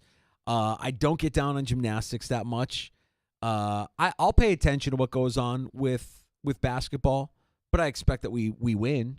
You know, that's the expectation going in. Soccer will get my attention again, men and women. Yeah, and I'll watch a little bit of the swimming too. That's always kind of fun watching that, watching them compete. By the way, after Paris, I think a lot of people know this. L.A. on deck, 2028, right? What if I told you not everything is going to be held in L.A. or California for that matter? Quietly, Olympic softball has been outsourced to Oklahoma City. This is a true story. One of the better players for United States, her name is Natasha Watley, calls this a slap in the face. Yeah, of course it is. I get it. You work your whole life to get to the Olympics, and wait, you're going to be nowhere near the action? You're going to be 1,000 miles away? Organizers, of course, what are they pointing out to here? The cost of getting a softball stadium in L.A. or the general facility in Southern California ready. Privately, they knew they couldn't draw the 13,000. They will draw in Oklahoma City, probably the best softball venue in the United States.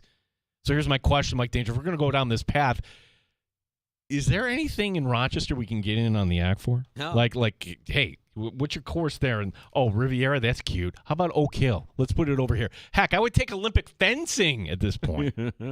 Yeah. You go for the opening ceremonies and you walk in with the rest of your Team USA compatriots, and then you jump on a jet and you go to Oklahoma City.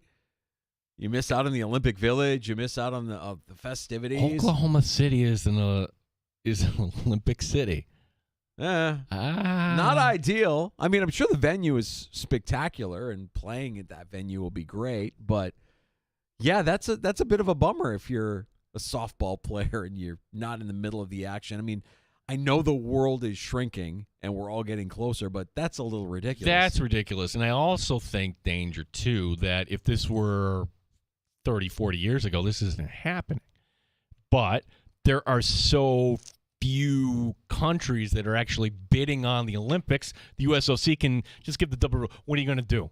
We need to make sure we're not losing our shirt on this. I also think that there's something to be said for not building the venue that's going to collect dust once the Olympics pull up stake and get out of town. I mean, how many of those eerie pictures do you see of old Olympic sites where nothing is being used? It was constructed for a one-time event, and then it's not usable anymore.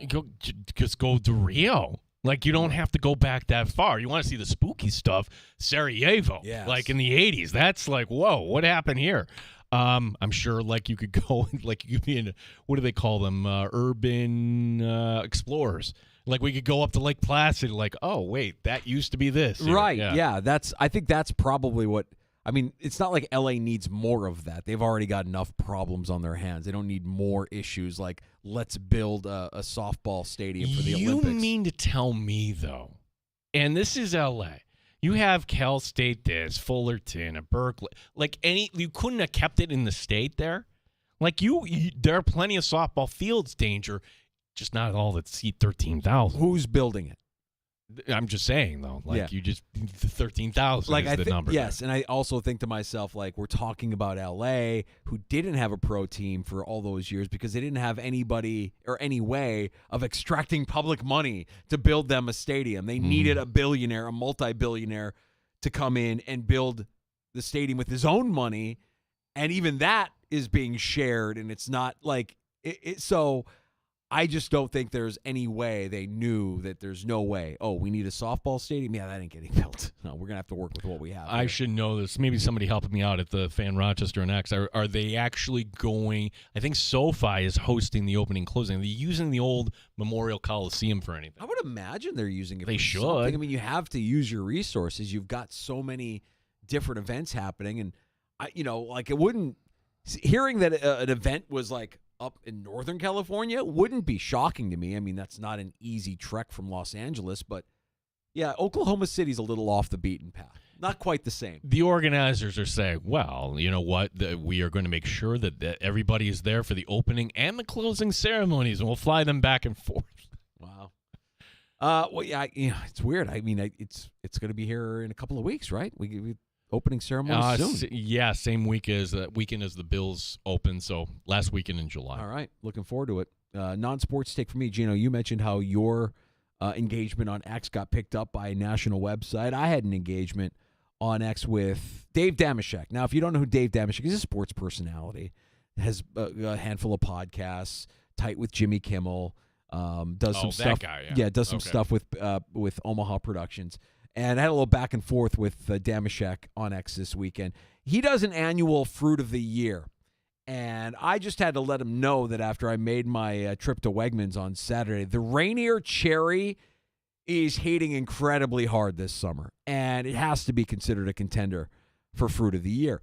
He ended up hitting me back with a very nice Envy Apple that he enjoyed a couple of days ago. Pleased to report that this borderline dynastic piece of produce is back and on track after a down 2023. That's your Fruit of the Year update here on the Sports Bar. I think part of this is timing, right? Like whenever you got to get something at the peak here, correct? For the Fruit of the Year? For the Fruit of the Year. Yes, right. I think so. So, that's also part of it. I'm not discussing a Rainier Cherry in November. No. We're talking about it now, and I'm telling you, I had some this weekend, and it knocked me on my ass. It was so good. They're so good. Problem, learning this from our buddy Evan Shute, proud sponsor of the Sports Bar. Shute's Apple Mill, like the cherries here because of our wet spring and the not good this year. Not good this year. Yeah. No, but the in the Pacific Northwest, they are kicking. So your Fruit of the Year update. The Envy Apple is one I have not enjoyed yet. I don't know what an Envy. What is the Envy? Is a style or brand of apple that I've yet to consume. But I imagine just hearing him talk about it. I mean, I'm intrigued. If you get fresh fruit, I mean like real fruit, like strawberries right picked off there, it tastes like candy. Nothing better. Yeah. Nothing. My mom used to, when we would go camping, she would pick wild raspberries, wild blueberries, wild blackberries. That's what I grew up on. It was fantastic. So I'm not saying I'm a fruit connoisseur. There are certainly people that know what they're doing more than I do. But the Rainier Cherry, my God, fantastic piece of fruit for the summer of 2024. Can't go wrong. We're going to be joined here in a couple minutes by Bruce Nolan. The Bruce exclusive. Buffalo Rumblings podcast. We got plenty of Buffalo Bills talk on the way with Bruce. He had a little bit of a hiatus with his pod and came back with the epistemological nightmare and a musical tune to mark his return, which I found enjoyable. No auto-tune detected to my keen ear. Bruce is great, has a lot of thoughts about how we consume many of the narratives that cross our feeds over the course of a regular season, off season. I mean, it's continuous. Okay, so that's true. So what is the storyline that today we're like, that 6 months from now we'll be like, oh, yeah, remember that on July 15th? You're kidding. We were talking about that on July 15th? Things that you forget about, yeah. Right? The things that become a big thing that you kind of forget about. Things move really, really fast, and it's hard for us as fans to become smarter or to believe or remember, I should say, all of the things that have happened over the course of a football season because of the constant changing of narratives. I also want to get Bruce's take on how this team may use their rookie running back Ray Davis behind James Cook, the usage change of James Cook from how he was used with Ken Dorsey as the offensive coordinator versus how Joe Brady used him at the end of the season, and what kind of an impact Ray Davis may have. Maybe not early in the season, but at some point this season. Well, that's the quiet upgrade, right? Because we liked Marco Murray and provided that spark. And we remember the wild catch, that Josh Allen finding Murray down in that Kansas City game. But that's an upgrade. It's a fact. It's an upgrade. Yeah, Latavius Murray at age 32 versus Ray Davis, rookie, I think is probably an upgrade. And Ty Johnson being kind of like the wild card in here, somebody who came on late last season and now finds himself on this roster again heading into camp as well. So we'll talk a little bit of the Bills' backfield. And I know that, Gino, you consumed Bruce's most recent podcast where he discusses. It's like, okay, the Brady offense, does it actually marry up with what Josh Allen's best skills are? And is that, do you want to accentuate more of the positive or just try to not make sure that the weaknesses aren't showing up? Evan, by the way, writing in, the envy apple is grown on the West Coast. Okay. So you can't get we West Coast won't be only. getting it here unless it gets shipped to us. Correct. So, dude, now that's why I'm like that. That's a bad take. Yeah, no, bad take. New York apples first, buddy. Well, fine, but hearing that there's a thing called an envy apple, and I can't now have you're it, envy. Now I'm envious. Yeah. Now I'm a little envious. Evan, can we work on something? Can we get some kind of a hybrid? What can we work on together? I'm game. Let's make our own apple. Let's come up with it. The sports bar blend. Whatever we have to do. I'm curious about that. The Bruce exclusive, Bruce Nolan. He's going to stop by the sports bar next. We'll continue to talk some Buffalo Bills with training camp coming a week from Wednesday at St. John Fisher University. Your call's always welcome at 866-4326, 585-866 4FAN.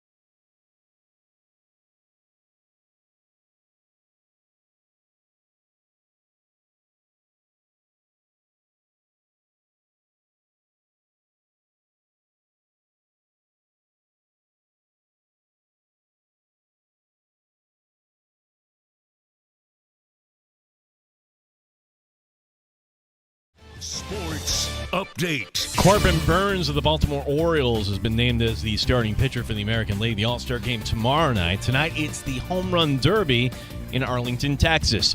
Buffalo Bills have a few joint practices with the Pittsburgh Steelers. This taking place in Pennsylvania. They'll be leading up to their second preseason game coming up on August 17th. Bills rookies reporting to St. John Fisher University tomorrow. We'll talk some Buffalo Bills football coming up next. Bruce Nolan, the Bruce exclusive podcast, joining us here in the Sports Bar. Sports is brought to you by GetMyPerks.com. Today, get half off to a concert at Batavia Downs. That's Peace Frog, a Doors tribute band. That's coming up this Friday night. For this and other great deals, log on to GetMyPerks.com today. Gene Battaglia in the Sports Leader, 95.7 FM and AM 950, The Fan, Rochester.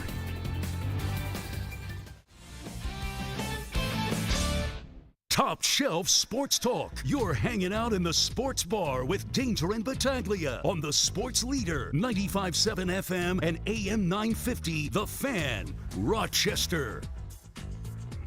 You can catch the Bruce exclusive wherever you pod. Bruce Nolan stopping by the Sports Bar with Danger and Battaglia to talk some Buffalo Bills. And Bruce, I didn't detect any auto-tune at the beginning of an epistemological nightmare where we were discussing just how quickly narratives move so fast that we're not really able to get smarter as football fans. So why should all of us as fans this upcoming season make a point to do a better job remembering? Welcome back, Bruce. Good to have you on. Hey, thanks so much for having me. I think one of the things that's interesting about the NFL storyline is because all the games are condensed to Thursday to Sunday, and there's such a gap that exists between games, every game kind of has a tendency to take on its own storyline. And week to week, we know how significantly things change in the NFL. You hear coaches, you hear media members, you have general managers referring to this as a week-to-week league, and it is. But in the aggregate, those things end up starting to matter. But what happens is we devote a meaningful enough time of them in the short run, right, over the small sample size. We devote Monday to Friday or Monday to Saturday talking about stories and writing articles about this one storyline, whatever the storyline is of that game. And then the second the ball's kicked off, we now have a new storyline. And so what we end up with dozens of storylines over the course of a year. And then at the end of the year, we just forget them all, which is interesting because we feel like we're getting the downside to small sample size, and then we're getting the downside to large sample size too. So for me, I think the most important thing we can do is that you just kind of take notes, right? People journal for reasons like this. And so I'll go back and I'll listen to podcasts from week 6 or week 4 or week 7, and I'll make sure that the way I'm remembering something is actually the way it was. Yeah, it's funny because you can apply this to the training camp, like one practice, even in others. We're looking forward to that. And, Bruce, when I look back at some of the storylines from last year's camp, oh, my gosh, who's going to be the middle linebacker? Could it be Balin Specker? Or could we actually have Ryan Bates as the starting right guard? And Danger and I were discussing this before you came on. I mean, do you think we'll have storylines, and what may they be that right now on July 15th as we get ready for camp that coming up 5-6 months from now we won't even remember these storylines? I do think that safety is going to be a big part of the starting storyline because of the vacuum that was created. Right off the bat, I think one of the first things we're going to think is, okay, how many first-team reps is Cole Bishop getting? Right? That's what we're all going to be talking about because I think whenever you have a position that has essentially been crystallized for so many years, and then all of a sudden it's just not. And not even just one position, but two. And they work together as a tandem. And then you start talking about the way that the interplay between the two individual safety positions and individual changes in skill set. Are you going to have a defined box safety? Are they going to be completely interchangeable? I think that's going to be a big part of the narrative because of the vacuum that was been created by the departure of Jordan Poyer and Micah Hyde. The other thing that I think is going to be naturally a conversation, and it is every year, is going to be the top rookie, right? Whoever is the first pick, whether that's Roscoe Parrish in the second round or whether it's Josh Allen at the top of the first round. It doesn't matter. Whoever the first pick is, there's going to be a natural storyline about them. And I think with Keon Coleman, especially given how polarizing he was coming into the NFL draft and how polarizing of a pick it was, what is he being asked to do? How does he look? Is he able to separate? When you see him in scrimmages, is he getting locked up by Christian Benford? That's going to be a meaningful storyline because people are going to be wanting to look to see if their priors have been confirmed. Is he really that dominant X receiver? Is he the kind of player who can separate? And we don't really have a tendency to have a lot of patience in the NFL.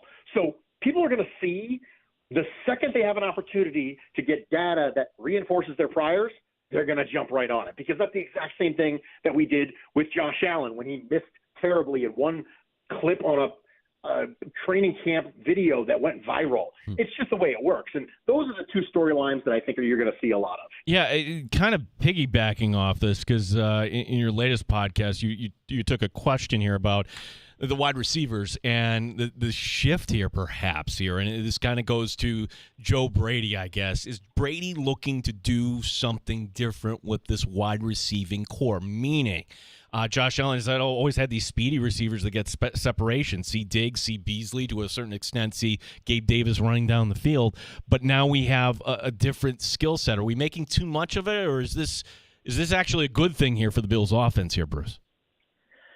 I think it's good to have traits accounted for somewhere in players that are going to get meaningful playing time. I think that's a good thing. I think that having traits accounted for and going hunting for them and saying, hey, we want to make sure that we just kind of build it in the way that all of the traits are covered, right? We have some size, we have ball winners, we have separators. You want to make sure you have those things as a well-rounded group. But I think the key is being able to have those traits in somebody that's actually going to play, right? If you have a really good vertical skill set and that person's not active, it doesn't really matter because you don't actually have that skill set now. Like, you don't have that available to you. He's on the roster, sure, so you might look like you're checking things off, but you're not really checking things off because you don't have the availability to be able to access that trait. And so when you see coming out of the draft, one of my concerns was who threatens vertically on this team? Like, that's my concern. Who's going to threaten vertically? And then they went out and signed Marquez Valdez-Scantling, who I do believe is going to be a top 4 receiver for this team. And so when you look at this and you think to yourself, okay, you kind of check that box and you think he's going to be active, okay, you kind of accounted for what you need to account for. And so rather than just saying, I want interchangeability, instead you're saying, I want the breadth of skill sets to be accounted for somewhere in my top 4 or 5 receivers. Bruce, let's talk a little bit about the backfield because you talk about how narratives change from week to week and we tend to forget things as they happen. And one of the things you pointed out that I've forgotten about was that James Cook actually didn't start a handful of games last year for the Buffalo Bills while you still had Dorsey as your offensive coordinator. So talk a little bit about his usage under Joe Brady and furthermore, the impact that another rookie, Ray Davis, may have in that backfield here as the season progresses. Yeah, you wonder a little bit if James Cook's overall usage was 100% planned or if it was modified a little bit by the fact that you lost Damian Harris partway through the year and you had to call up Ty Johnson from the practice squad and Latavius Murray kind of lost his effectiveness. He was super effective in 2022 and you thought to yourself, wow, this guy's defying father time. And then sure enough, it comes for all of us eventually. And so then Latavius Murray becomes ineffective. You call up Ty Johnson and you think to yourself, did that really go as planned for the Buffalo Bills? Like, was this the way that it was supposed to go? Was he supposed to get this level of volume? Because they clearly didn't trust him to pass block, and especially at the end of the year. He was taking multiple games where he had 0 pass blocking snaps. And so, although I think he was very efficient, which is good, I keep going back to Sean McDermott and Devin Singletary and Frank Gore, senior, not junior. And so when you had a rookie Devin Singletary who was clearly outproducing and more effective than Frank Gore, you get done with a playoff game where you lose. And one of the questions is, why? Why are you giving Frank Gore these carries when Devin Singletary is clearly more effective? And even though the results and the data was pretty obvious to everybody, Sean McDermott said it's just not good for one person to carry the load. Right? That's just not – it's not philosophically what we want to do. And I wonder if that's changed meaningfully because they leaned into James Cook a little bit more than they had previously leaned into Devin Singletary or Zach Moss. And you wonder if the addition of Ray Davis provides them that complementary skill set in the backfield that they go, okay, now it can be a little bit more like, 40, 30, 30, three ways, or it can go 40, 40, 20, three ways, as opposed to, 60, having one person have 60% of the snaps, something like that. So for me, I think that Ray Davis can do all those things, but the thing that, we're going to run the ball, he can catch the ball in the backfield, but the thing that really stuck out to me was when Brandon Beane said that the thing that caught his eye was a block. Because that's exactly the thing they didn't trust James Cook to do. And anybody who has been snake bitten in fantasy will tell you that if you have a running back that coaches don't trust to block, their snap count always gets capped. And you wonder if that's the case with James Cook this year. You wonder if everyone's just kind of expecting a kind of a blow up, but maybe it's actually a little bit less in volume than it was previously. Yeah, Bruce Nolan, who you can listen to, the Bruce exclusive podcast. So we saw this Bills offense kind of change over the last 7 games of the season, as you know, and the buzzword we kept hearing from Sean McDermott himself, complementary football, and a lot of fans kind of take that to, hey, this is going to be more of a run-first offense, and this is going to be more conservative. True or false, Bruce?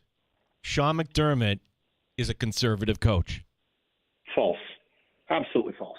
I think that what happens is we conflate defensive originated with conservative.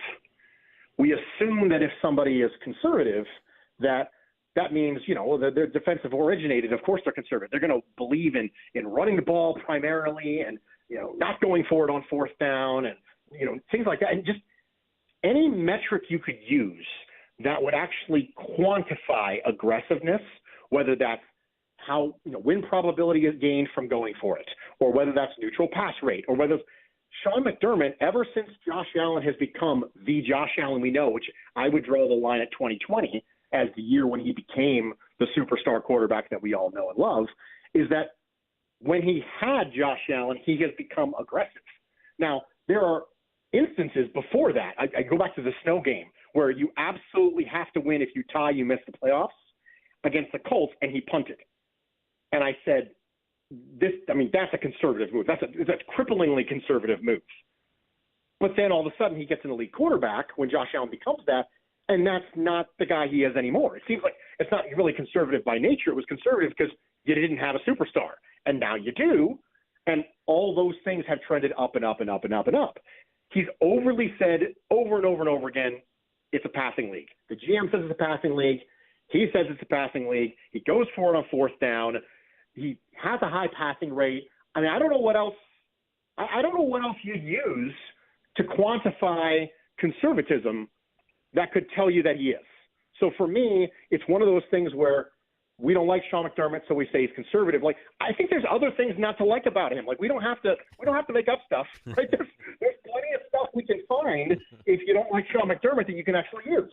So that's what I would say. Bruce, when we talk about how storylines and narratives change quickly, it was last year at this time. It was actually right after the draft last year that everybody was trying to defend the pick of Dalton Kincaid in the first round.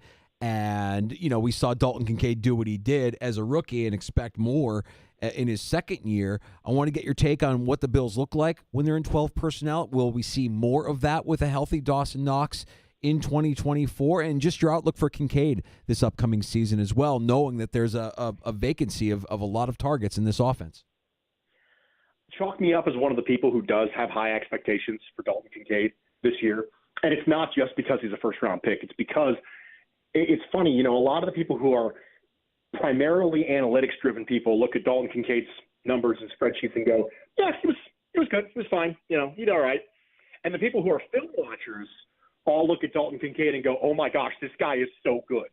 And it's true. He is good at the footballs is the word that I always use, the phrase I use to describe Dalton Kincaid.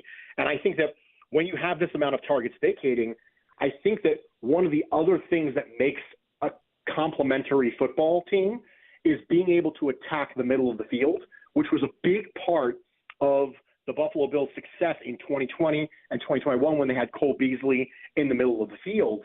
And I think that you kind of lost a little bit of that that juice there in the middle of the field over the last couple of years because you didn't really have that guy. I think Khalil Shakir had really helped with that down the stretch in 2023. And I would expect that's where the game is played nowadays, right? That's the thing that really defines good quarterback play is being able to attack the intermediate parts of the field and not just play along the sidelines. And so for me, I am someone who expects Dalton Kincaid to have a markedly bigger year. I've chalked him up as being predictively the person I think will lead the team in catches and yards. And I think that that's not necessarily a crazy hot take, given the fact that what we've seen from him is a very natural football player, right? He looks natural catching the ball. He has natural movement skills. He looks like a multi-sport athlete because he is a multi-sport athlete, and he's still newish to playing football. Like, it's just natural giftedness from Dalton Kincaid. When it comes to 12 and 11 personnel, people got to remember that this is still a primary 11 personnel offense. Like, we saw a lot more 12, and that's one of those narratives that kind of comes out of nowhere but isn't really supported by data. If you saw more 12, but you still saw markedly more 11 than you did 12 last year. Like, it was, more of a 60-40 scenario for the Buffalo Bills. The Bills are actually 17th in the NFL in usage of 12 personnel last year. But based on the way we were talking about it, you would make it sound like that was the primary offense. But it wasn't really the primary offense. It was just more of it because that's where your talent lied. And I think that when you look at trying to get those skill sets on the field, like I mentioned after the first question, we were talking about trying to check traits off. I think when you look at that, the ability to have 12, the ability to say, I don't think their third linebacker is very good. Let's lean into 12 for this particular game.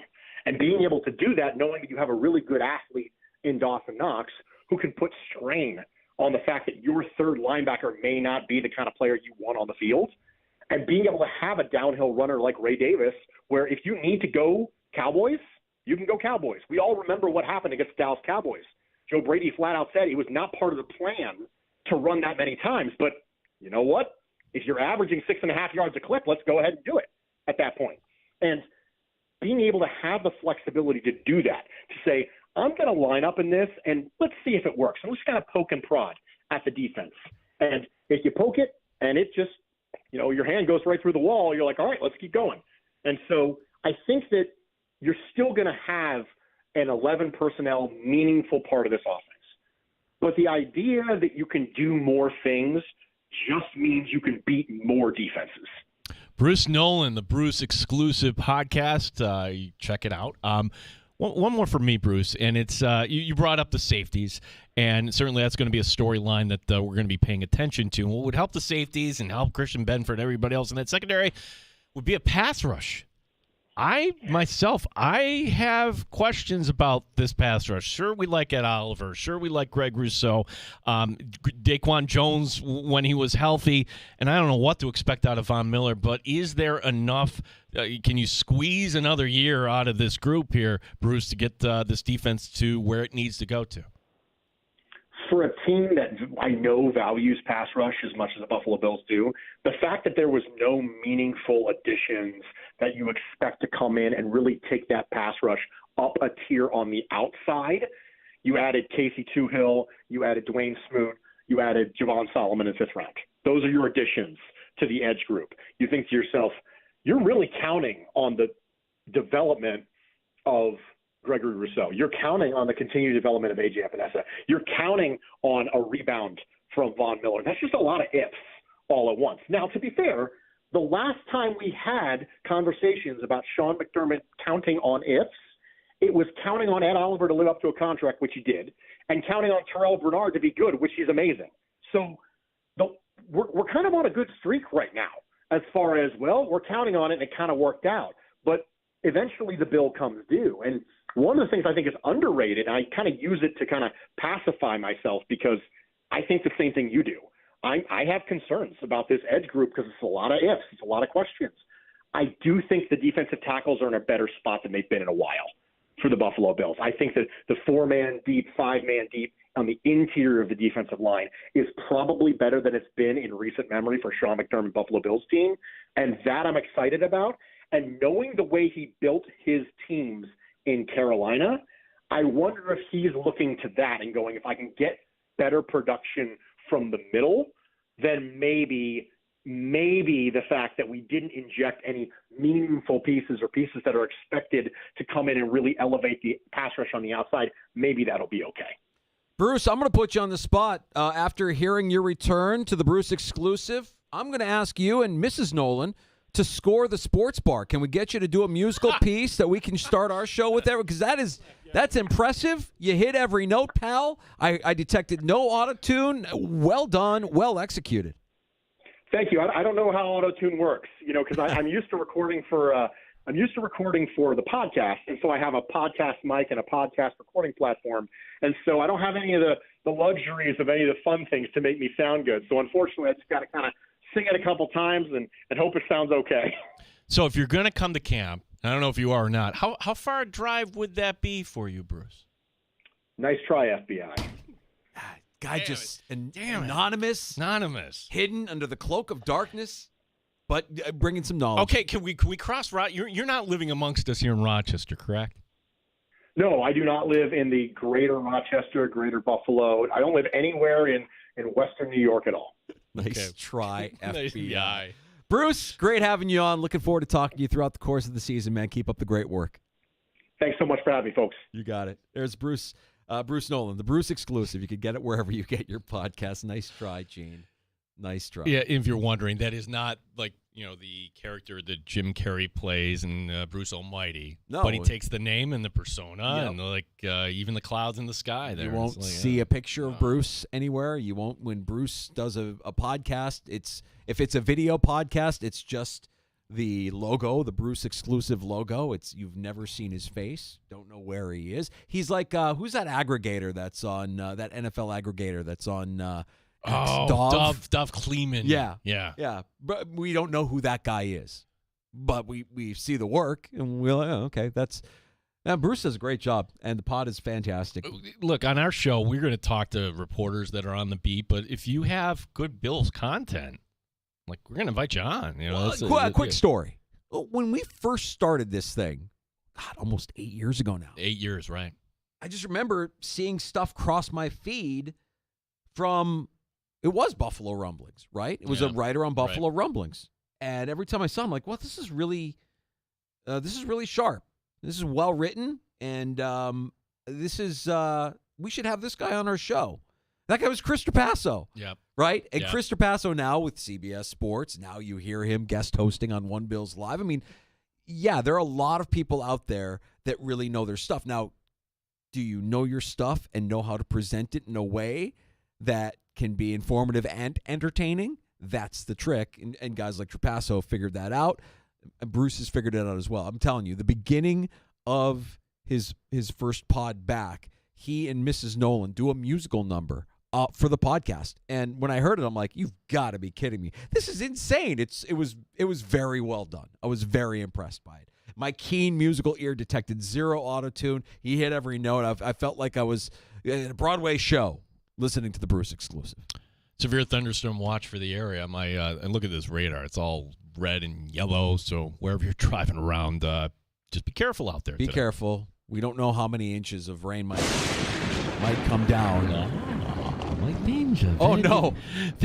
Count Hetzko's here. No, I very, very scary last week with the tornado.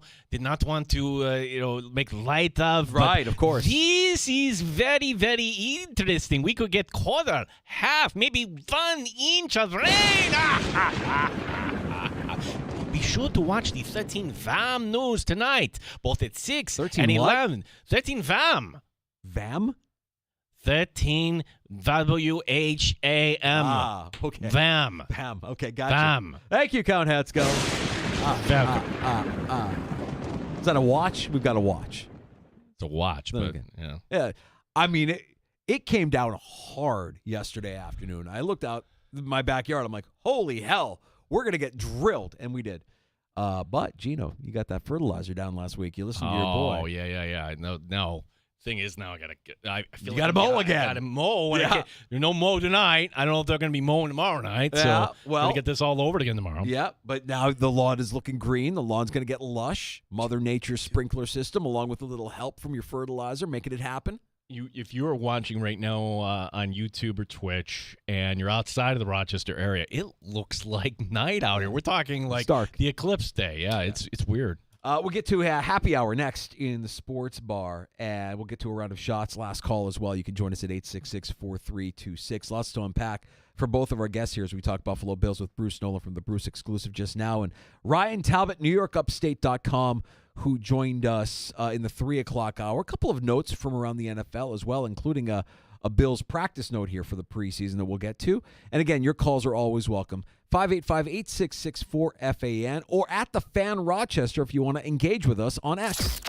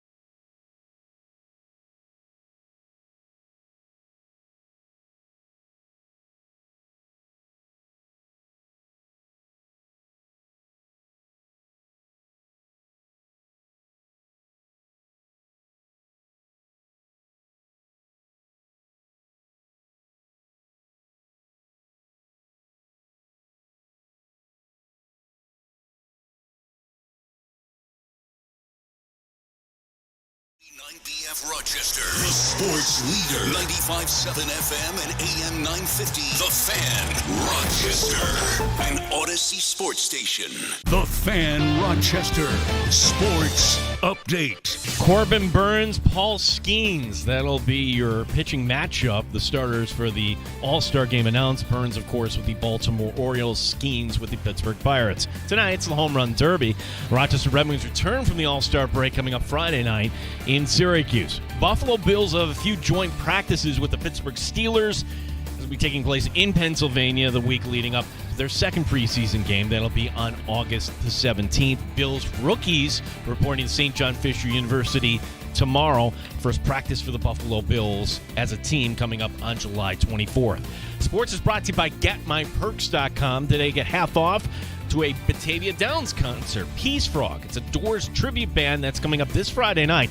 For this and other great deals, log on to GetMyPerks.com. Gene Battaglia and the sports leader, the Fan Rochester.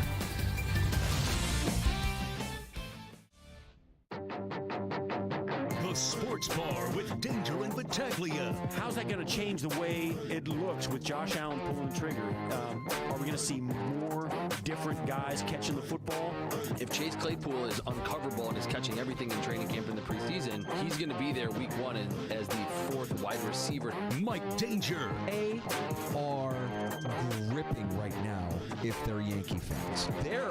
They are lost. Gene Battaglia. This is screaming for a managerial change. Cleveland Guardians selected Oregon State second baseman Travis Bazana with the first overall pick of the 2024 MLB draft. The National League starter in the All-Star game and the man that we all want to see on the mound in the Midsummer Classic. Congratulations to Paul. 95.7 FM and AM 950 The Fan, Rochester. All right, Home Run Derby tonight. All-Star game tomorrow. Skeens versus Burns. I kind of like that for a starting pitching matchup. Even if you don't stick around for the whole game, at least your first inning will be wildly entertaining, you would hope. And I know you're a big Home Run Derby guy, Gino. I didn't realize, Gino, if you're watching on the video stream on our YouTube channel at The Fan Rochester, also streaming on Twitch, we welcome you back into the sports bar. It is happy hour, after all. Show me those readers again, buddy. Show me those glasses. These are beat up. I forgot. Dude, those are beyond beat up. No, these are just the emergency pair. This is like if you're laughing at me. Oh no. Just you wait, my friend. I'm laughing at you, and I know. I feel the struggle. I've never seen a pair of glasses that beat up before. I mean, like, you're just short of using the Band-Aid to put the they're very nerdish. Yeah, like it's like the one. No, you're missing the whole arm. One arm is gone. Yeah. They're scratched up, but in case there's a word I can't quite make out. I got to go see my my doctor, Dr. Ryan at Flom this week, and I have a feeling he's going to tell this old man, time to up the reader's prescription. You know, you're at like a 1.5 right now. Maybe time to boost it up to a 2. We'll see. Getting old sucks, man. It's not fun. No, it's not fun. No, it's why, like, for a lot of athletes too, it's the vision. That's what Ichiro would still be playing, but his eyes went, and you, especially when you're up at the plate, you know, the slight difference of a spin of a ball and hitting the ball,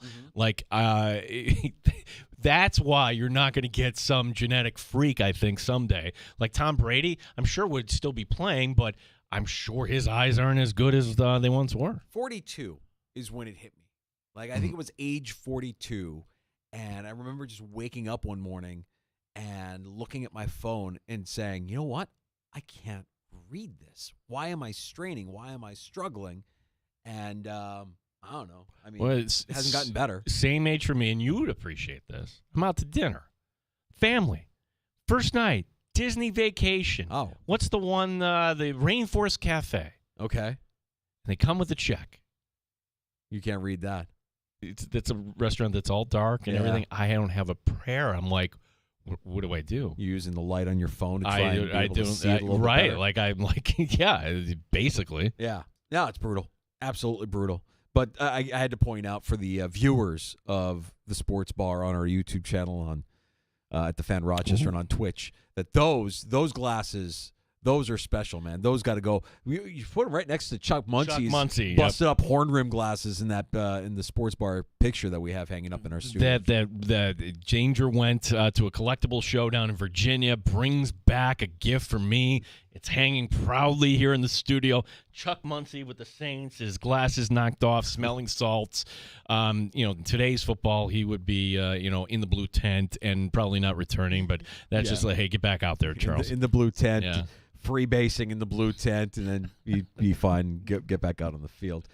Couple of NFL notes today as Buffalo Bills training camp now inching closer and closer. We're talking about a week from Wednesday for the first practice, and rookies reporting tomorrow. Gino. Yeah, rookies reporting tomorrow. And before we get to the actual news, because there's a couple ways news.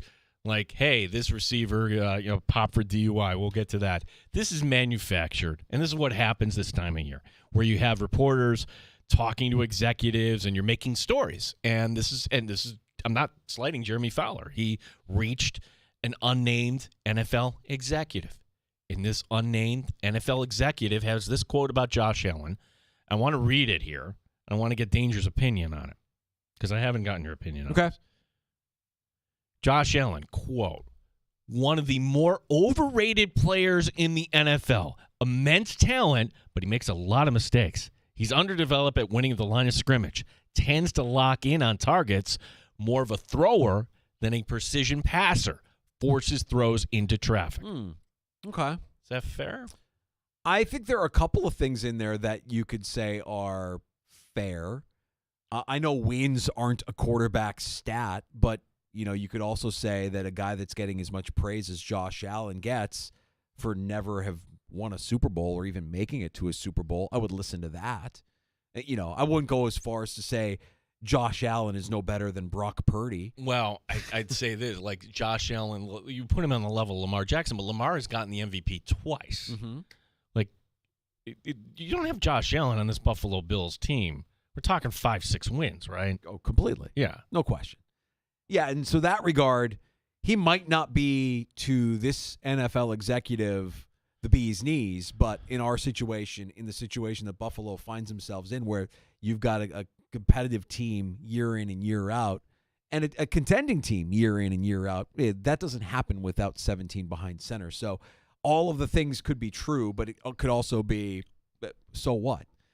Brett Favre was always the gunslinger, right? There were moments where you're like, head-scratching moments, you're like, why is he throwing that there? Why is he forcing it? Because he can make those passes. Yeah, and when we entered last year, Josh Allen, who 2 years ago led the NFL in turnovers, last year 18 picks, second most. Again, I'm not oversimplifying this. Like, it's so simple to me what's going to happen for the Buffalo Bills this year. If it's the same old Josh, well, then, hey, congrats on a wild card or getting in as the 4 seed. And in that regard, would you say he's overrated? Would you go as far as this executive to say he's overrated? Because we asked Ryan Talbot earlier today. He's like, this is blasphemy. It's wildly inaccurate. There's more. Can somebody and maybe having Diggs off the team, maybe this will force him to kind of recalibrate. And if you got to work with the younger receivers and you got to get a little more invested, this is Josh's offense. I'm giving you the positive side of this. Mm-hmm. But I'm kind of tripped on this here because every year, if the Bills fall short, there's somebody to blame. And this past year was Dorsey. And entering the year, we knew it was going to be Dorsey. And the year before that, it was Leslie Frazier. We knew it was going to be Leslie Frazier. Could it actually be Josh Allen? Right. If we get another turnover-filled year and it's another... Okay, so in the spirit of going through the exercise that we like to go through when reports get leaked or quotes get shared across media, why? Who puts them out there and why? You think the unnamed executive might be talking to Fowler? I'm saying somebody, yeah. I'm saying if you're Sean McDermott and you go into this season not really having a scapegoat if things go wrong, could do worse than having your quarterback as your scapegoat. I mean, he's not going anywhere. No, not getting rid of Josh Allen. I look at it differently. I look at it like McDermott and Bean. They would look at that. Okay, you know what? Show him the little bit of motivator there. Sure. Well, you hope that that's how it's taken. You hope that Josh Allen reads that and has a chip on his shoulder going into this season. But I would tell you also this too, with rare exceptions, that when it comes to outside noise, like the Bills don't comment on this. Allen doesn't comment on it. You go back to his rookie season with Jalen Ramsey popping off, and Allen actually got the better of him. And Allen could have puffed his chest out, didn't take the bait. So that's actually to their credit. But privately, and I think that is something with Allen. Take what is given to you. You look at the sequence at the end of the game last year. Now, I would say this. If the Bills took what was given to them, there's still enough time for Mahomes, and maybe that he still stabbed you in the gut there, and the Chiefs still win that game in a different fashion. But, Josh, you were there. Yeah. You were on it. Didn't take what was given. Right. It's all about his decisions. It's always been about his decisions. It was like this last year at this time. We were going into the season saying, hey, look, the Bills can win the Super Bowl. Josh has to make the right decisions. We should have known after week one, it might be a roller coaster ride, because week one, Josh did not make the right decisions. You lost to Zach Wilson in primetime. You lost to Zach Wilson and Mac Jones. Yeah. Am I missing anybody else? And you missed. And Mr. Unlimited. Right. You lost. I mean, look, to be fair to Russell Wilson, I mean, the throw he made to Cortland Sutton was ridiculous. I mean, like the touchdown, if that's the difference in that game, that pass and that touchdown was incredible by Denver. But you spotted Mac Jones a 10-0 lead on the road. That was enough. New England got the win in Foxborough last year, but partially because of poor decisions by 17. I'm not going to call him overrated. I'm not saying this executive is right, but I understand. I could see what he's saying. I could see that, why he would think what he's thinking. If you're just looking at some of those stats, if you're just looking at those elements that he brought up.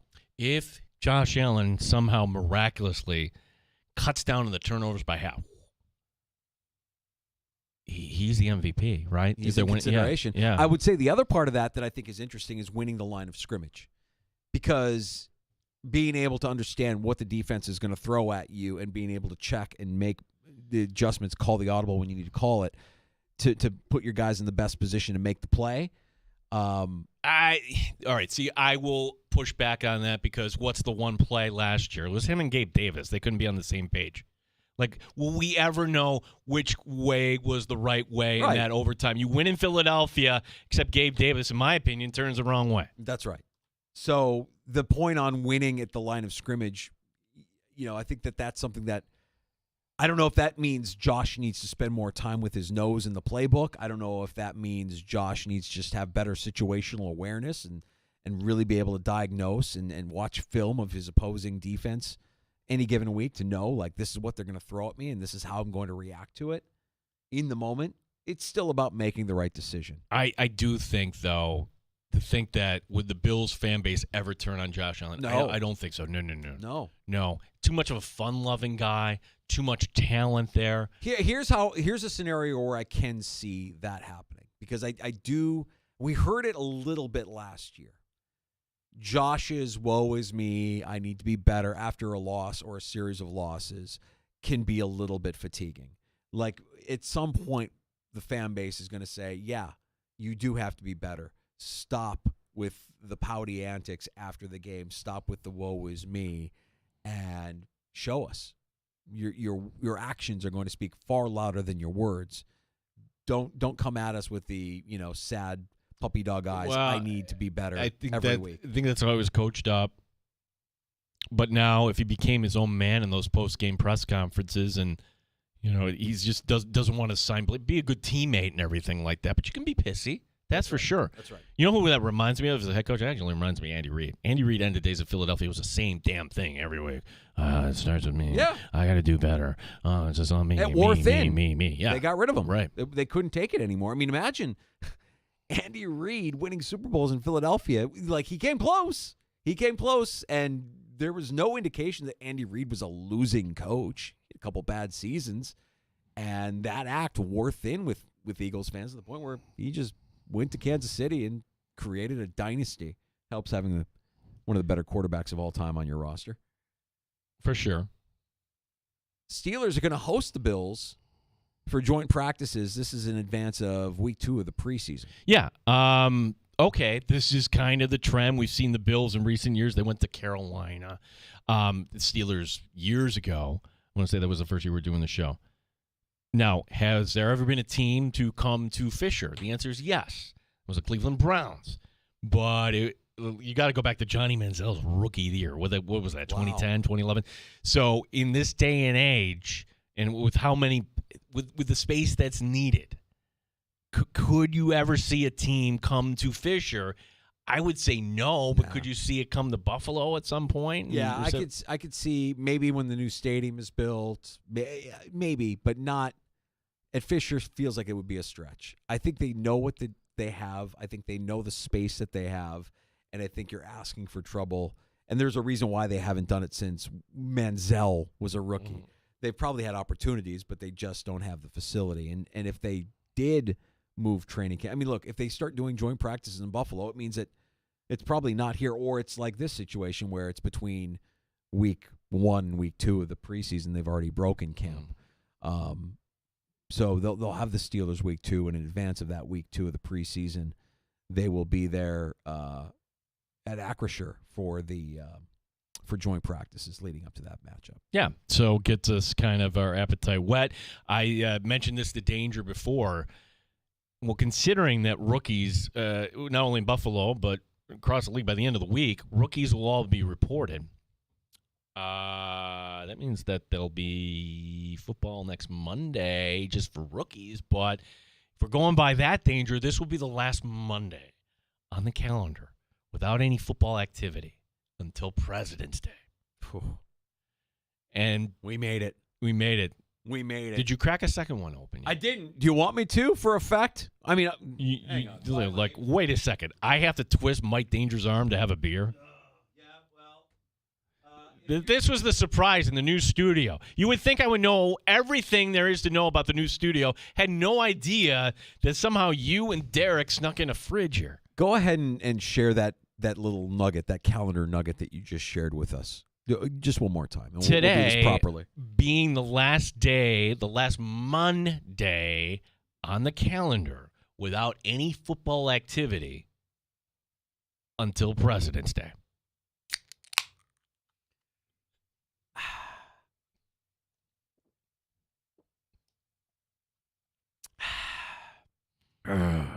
What kind of party is this? We made it!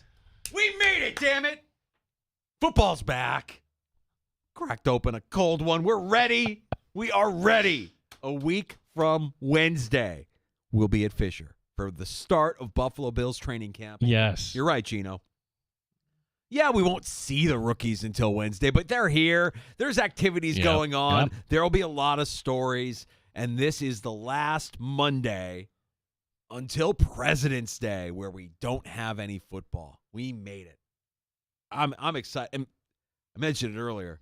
Friday can't get here soon enough either, because that's when college football 25 drops, and I might be vapor on Friday. You might not see me. I might just hunker down in the You mean tank. It hasn't already dropped? I've seen so many bits and Some people have okay. it. Some people got it in advance. You know, some of our regulars probably already have it in their possession.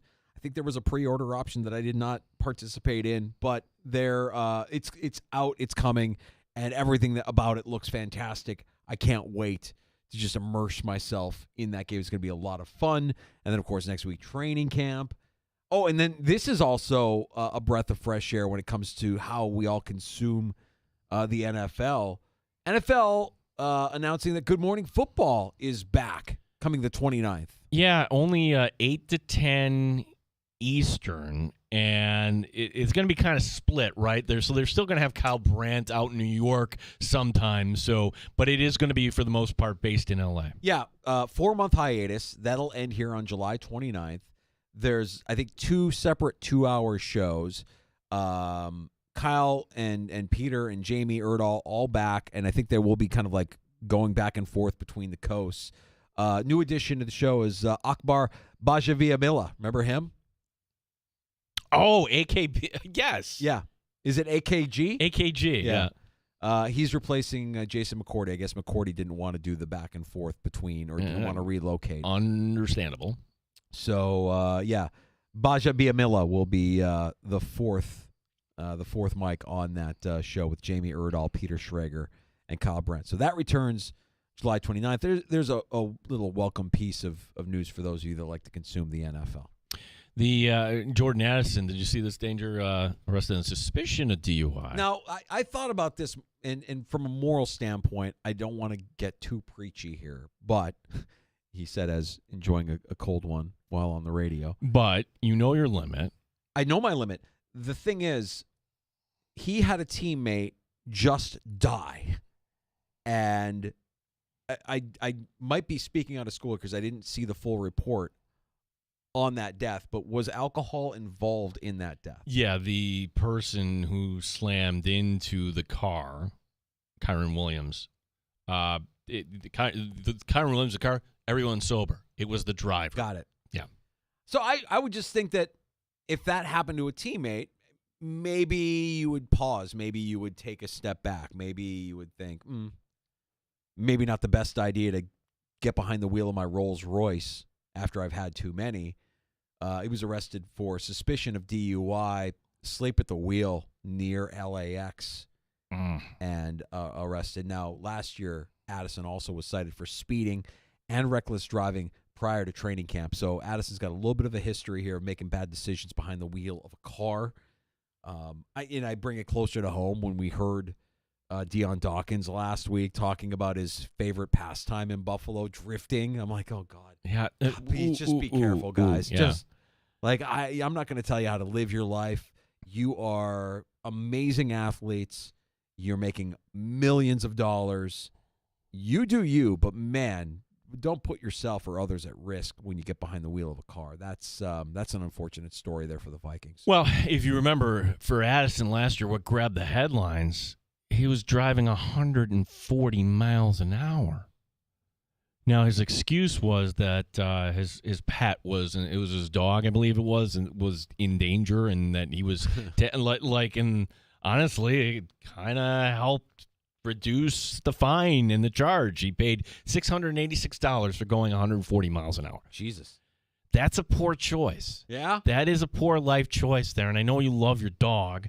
If that indeed is the case, this is different. There's more to the story here, too, meaning we've yet to get the actual police report. So police have not made public, by not having the report yet, of the blood alcohol content. So what do we think of the Vikings overall this year? Is it a lost year with, we think, a rookie quarterback, because you do have one of the top receivers in the game, and you do have an NFC that, hey, get a few wins here or there. See the Vikings actually from 2 years ago, they can get a wild card. I mean, how surprising would it be if Sam Darnold is the week 1 starter in Minnesota and they actually win some games? I'm not banking on that. I don't know that I see it happening. But overall, I think that they might be doing things the right way, that they might be making some selections that make some sense for their future. I don't know that I'd say this year's a lost year. I think they'd be competitive. I wouldn't peg them as one of the worst teams in the league, but it's certainly a year of transition for the Vikings. And in that division, the worst divisions to be in if you're trying to transition and become from quarterback to quarterback. I mean, if the Vikings were in the AFC North, I would be far more down on them than the NFC North. There's some room for improvement there from at least the Bears and the Vikings. Well, I could say this. Good chance that your Bears might not be in last place this year. We'll see, Gino. I'm trying to keep my expectations tempered. Don't worry. Oh, don't worry. Something will happen. You'll see one clip, and then you and here's what'll happen. And Tony number 4 of the neighborhood. Oh, look at that! Did you see that? Yes, I saw that. Me and my buddy Tony, we're actually getting together for some wings a week from tonight. So count it, by Tuesday, a week from tomorrow. I'll probably be drinking the Kool-Aid and saying all the great things that are about to happen this season for my Bears. not the trade deadline, rather the deadline for franchise tag players was today. And there wasn't a ton of drama around this deadline. Every now and then there is, but this year most of the franchise tag players had their issues resolved, except for T. Higgins, the Cincinnati Bengals, not getting a deal done in Cincinnati. He's already signed his tender. He'll play under the tag this year for just over $21.8 million and will be set to become a free agent if he doesn't get tagged again after this upcoming season. So what if Joe Burrow, and we're worried about Joe Burrow, right? A little bit. Yeah, like the elbow, everything else, him talking about football mortality. Like, what if there's another injury-plagued season for Joe Burrow? Are you starting to think, my goodness, this could be the – things change awfully quick in this league. I wouldn't be penciling the Bengals as this annual contender here, and I think, Danger, that the way they handle this Higgins situation, if you're Jamar Chase, you were like, get me the heck out of here. Like, Chase is like, that's even bigger. So are they saving to pay Chase, or is Chase just looking at this like, yeah, you know what? If I'm not sure about the quarterback and I'm not sure about this, I'm going to view my options. I think they are still dysfunctional. Joe Burrow is the world's best deodorant.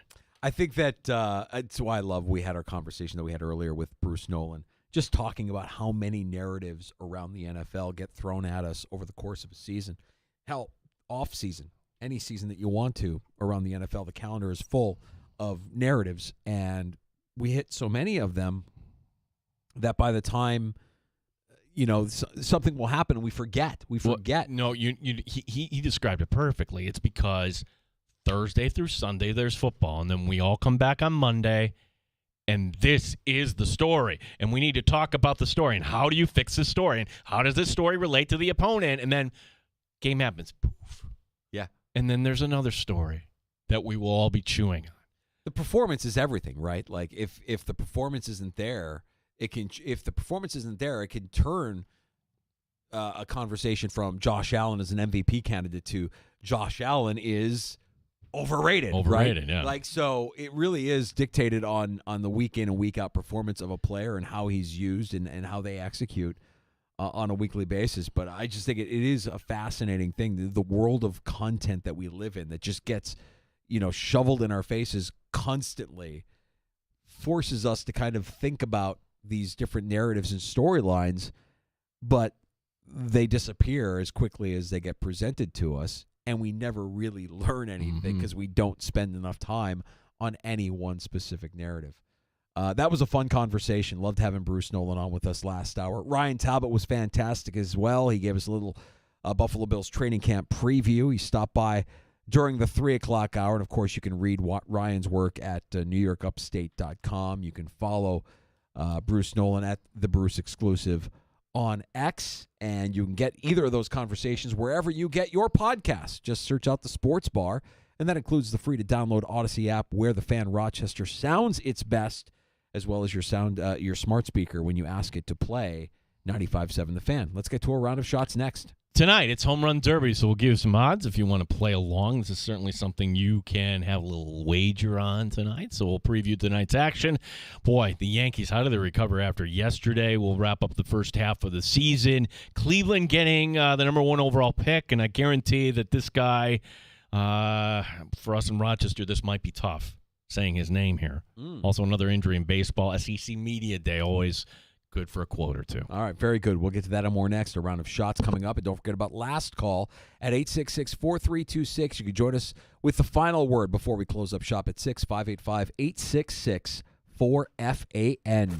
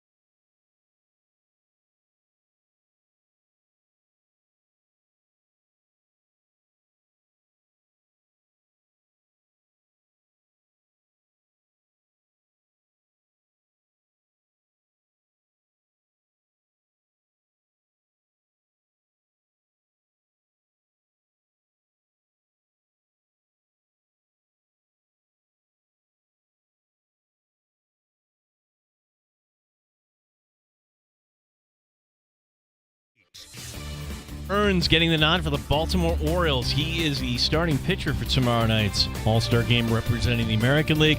Where I knew it was going to be Paul Skeens, the starting pitcher for the National League. Tonight, it's the Home Run Derby. We'll have some odds coming up here in shots. Rochester Red Wings return from the All-Star break Friday night as they are in Syracuse. They're home next Tuesday night. Buffalo Bills will have joint practices with the Pittsburgh Steelers in Pennsylvania. This leading up to their second preseason game on August 17th. Bills rookies reporting to St. John Fisher University tomorrow. Sports is brought to you by GetMyPerks.com. Today you get half off to a concert at Batavia Downs. That's Peace Frog. Peace Frog, a Doors tribute band that's coming up this Friday night. For the discount tickets, log on to GetMyPerks.com today. Gene Battaglia, the sports leader, the Fan Rochester. The sports leader, 95.7 FM, and streaming online at thefanrochester.com and the Odyssey app. This is the Fan Rochester. This is a round of shots on the Fan Rochester. Who's the deep voice guy here? You never want to be a deep voice guy. So jealous, So many, man. you could be the Mike Danger around the country. So jealous of the guys that get to do like movie trailers and be the voice of like big brands because they've got this deep voice. Like, oh God, yeah, no, that won't be. No, me. that is not. That you. won't be me. No, not me. I tried. There was a time in my career where I put together a demo. I tried, and then I'm like, it would take a very different brand to hear my voice and be like, oh, that's the voice we want to represent us always. Not really a recognizable voice and doesn't really stand out in a crowd. Yeah, probably not. But it was a fun attempt at least. One time I took a call off air, and she's great. She's a Bills fan. We had her on the show once, Christine Lisi. Oh, love Wanted Christine to know if Lisi. we could be her the voice. Danger and Battaglia. I'm like, sure. Let's see if we can have you be our voice. All right, so we tried to get Christine Lisi to be our voice from ESPN. We tried to have Bruce Nolan write us a score so that we could open with a musical number every afternoon here in the sports bar. We've got our fingers in a lot of different areas here trying to make the show better for you every afternoon. Are you wagering tonight? If you are, here you go. Pete Alonso, 5th straight home run derby. The only guy who's ever done that, 5 straight. He's plus 280. He's the favorite. If he wins tonight, that would be 3 for him. That would tie him with Ken Griffey Jr. for most all time.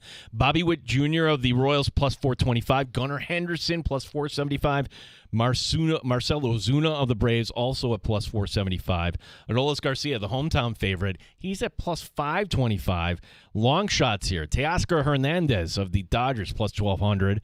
Kind of like Jose Ramirez at plus 1,300 of Cleveland. And then Alex Baum, the back end here, plus 1,700 from the Phils. 8 o'clock tonight on ESPN. I am not wagering on the home run derby tonight. Can't do it. Really? Dude, I started baseball. You think the Yankees have had a rough month stretch here with Major League? I have been getting my teeth kicked in by Major League Baseball. My bankroll, I know my limits. I know what I can get away with and what. Let me just sit a couple days out. I'm sitting a couple days out, and we'll revisit after the All-Star break. If you were to ask me who I would like for tonight, I kind of like Bobby Witt at plus 425. I think that's intriguing. I don't necessarily like Alonso to win another one, but I kind of like Bobby Witt, and I kind of like the hometown guy, Adolis Garcia. Yeah, and I would also say this, too. It's a little more difficult to handicap this, right? You're just doing this for fun tonight, Totally right? for fun. Totally for fun. The Yankees had a chance to tie things up in the American League East. How about that? They won Friday night. They won Saturday. And then here we are yesterday with the 11:35 a.m. start because, well, a lot of people couldn't find the game. You didn't see this. They went all Little League on Sunday. Up with 2 outs in the 9th inning. Shortstop Anthony Volpe fumbled an easy ground ball that would have ended the game, but it's okay. Everything, you're still up here. Oh, no. Routine fly ball left field. Alex Verdugo misplays it. He runs in. When he realized, I should be going back, it's too late. It goes over his head. That scores 2, and the Orioles win 6-5. Baltimore leading the American League East by 1 game over New York. The Yankees open up the second half at home against the Rays. I'll say this, though. The Orioles needed that. Can you imagine if they got swept by the Cubs and swept by the Yankees and just kind of watching this series? Okay, Burns is outstanding. Yeah. They don't have enough starting pitching. They don't. So for all the Yankee fans and the doom and gloom talking next week, really is anybody's division. It's a long season. It's a roller coaster ride. You know, teams get injured, teams get healthy. The deadline is coming up, right? Like, I want to see who's buying and who's ending up where. I think the Yankees are going to be fine. I think they're going to be fine. They're a playoff team. Yeah. They will not see Baltimore in the first round. Now, can they avoid Cleveland in a short series? That's yeah, right. That's the key. Speaking of Cleveland, they had the number 1 overall pick. Not a bad time to be a fan of the Guardians, where they took Oregon State second baseman Travis Bazana. I have to say that slowly because in the Rochester accent, Travis Bazana, the number 1. Travis Bazana, yeah. Travis Bazana. Well, I'm going to go up to Buffalo, and I'm going to go get some hot wings and blue cheese. And then after that, I'm going to take my kids to the Bills game. Is that Travis Bazana? Is he the son of the Scots Bazana? I was going to say, Bazana and Sandy in the morning. Travis Bazana. Bazana becomes the first second baseman to go number 1 overall. He's from Australia, though. What are you on crack? He's from Australia. Travis Bazana? Going to the Guardians in Cleveland? Maybe we should take him to Bill Gray's if he comes through town. We'll get a plate. Another pitcher has been lost. What a terrible year for pitchers. Although, the Dodgers will be without the services of Dustin May. May tearing his esophagus. I just did that too, doing the Rochester accent. It hurt. Yeah. In a statement, the Dodgers said that May was feeling pain in his stomach Wednesday night when he was taken to a local hospital where he needed emergency surgery. Now, according to the Cleveland Clinic, I had to look this up, esophageal ruptures are rare. In the United States, they occur in 0.003% of the population. May was 4-1 with a 2.63 ERA this season. That's a bummer. And we don't know what exactly caused the esophageal rupture? No, it can be acid reflux. It can be, just eating a bone and something puncturing it. No idea. And he's having a nice season. 4-1, 2.63. Bad. That's got to be a loss for the Dodgers. Look, that's a scary injury. And if you had to have emergency surgery, ugh. Well, hope he gets better.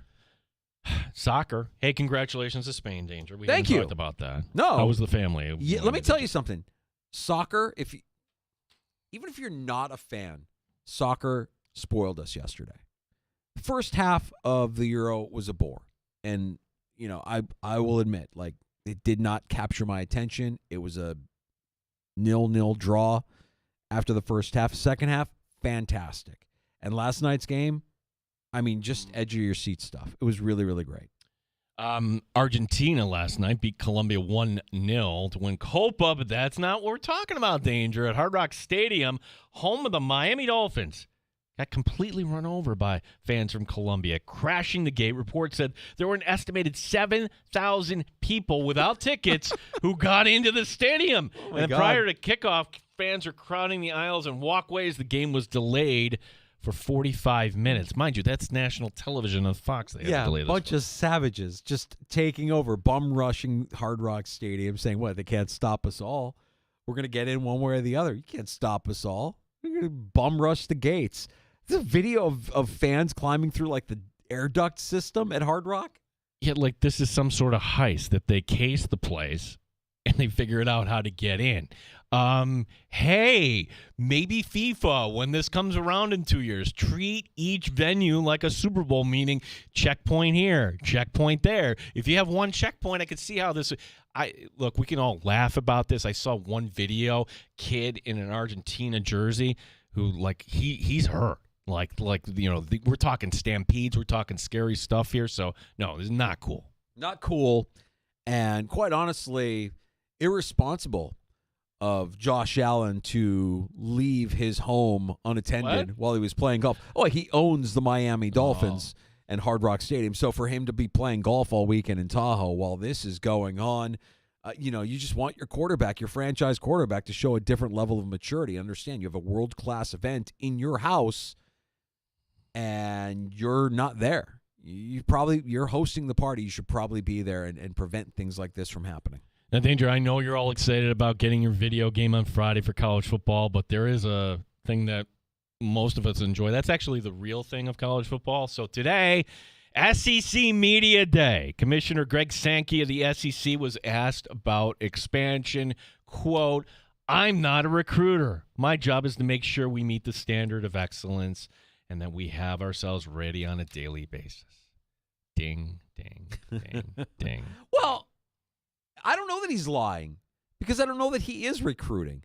I think he has created a product, a brand that is so desirable that by default, people just want to join the party.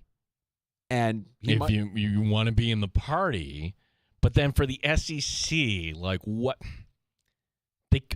where would see Clemson and Florida State, is that actually going to raise the revenue for the conference if you're inviting in? Why the Big Ten worked? Hey, here's the whole West Coast. We'll take that. And if Syracuse is lucky, if the Big Ten decides, hey, you know what, we need a school in New York. Okay, thanks.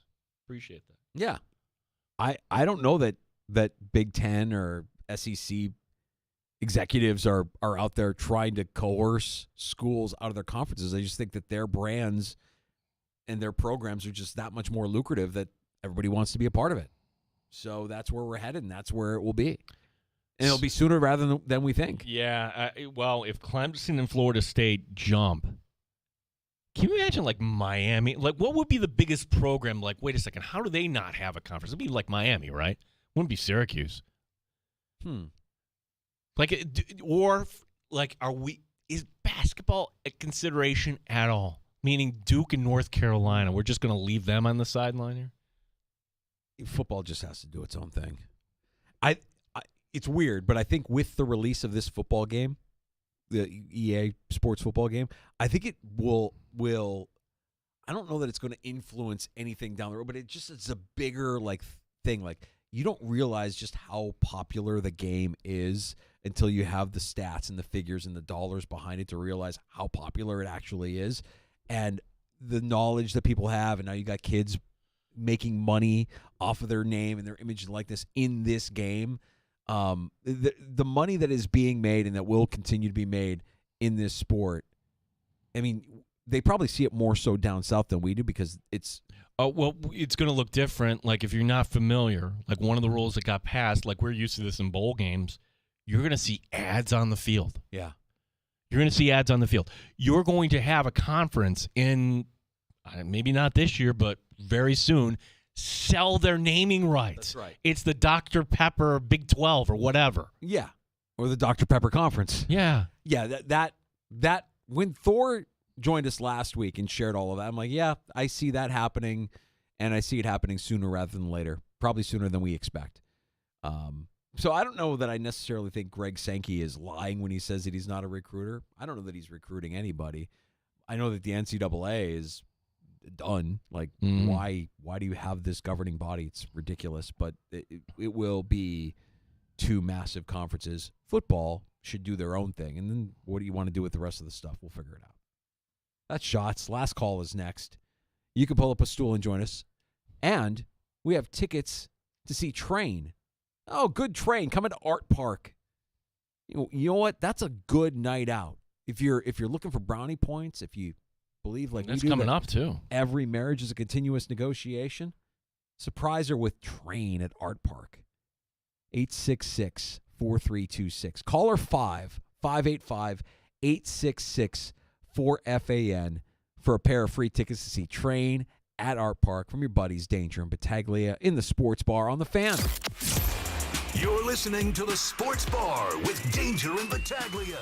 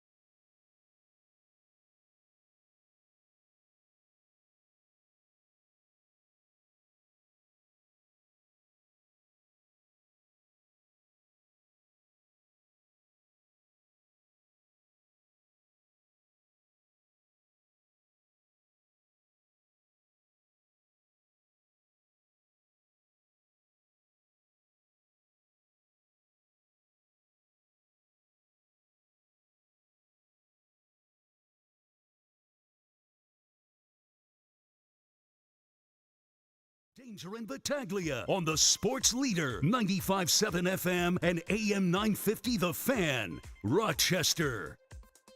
Last call on the sports bar. Quickly, Zach, one of my buddies, reached out to me on the secret textoso over the weekend. Such thing as cup holder etiquette when you're at a stadium or an arena.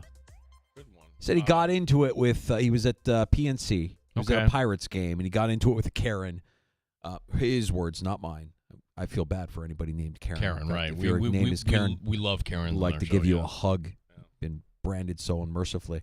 But he said he got into it with somebody who said that there's such thing as cup holder etiquette. Now, I need a little bit more context to issue a verdict on this, to know, like, if you have a cup holder in front of you, yes, you should be able to use your cup holder.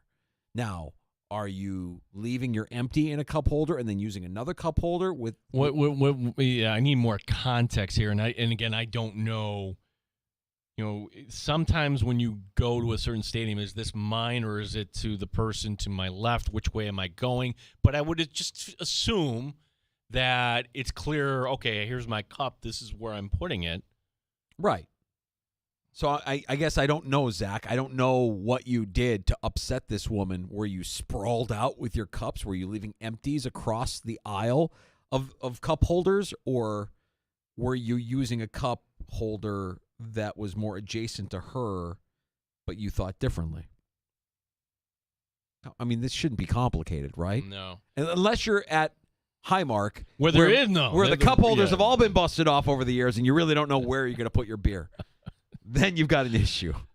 So at PNC, which I hear is a beautiful ballpark, I've yet to be at it, but I hear it's one of the best in major leagues, if not the best in the major leagues. Yeah, there should be ample cup holders. I see the Blue Cross Arena. Some of the seating there is just so cramped, you know, especially down low. It's like, okay, then I don't get rid of the cup holders. Give me a little more room there. That's right. Well, appreciate you reaching out, Zach. And we can't really give you more in-depth analysis on your cup holder conundrum without a little bit more context. You got to tell me what the story is. Cup holder etiquette, I imagine that it is a thing. Or just don't be a jerk. Just try not to mix it up with other fans when you're at a game.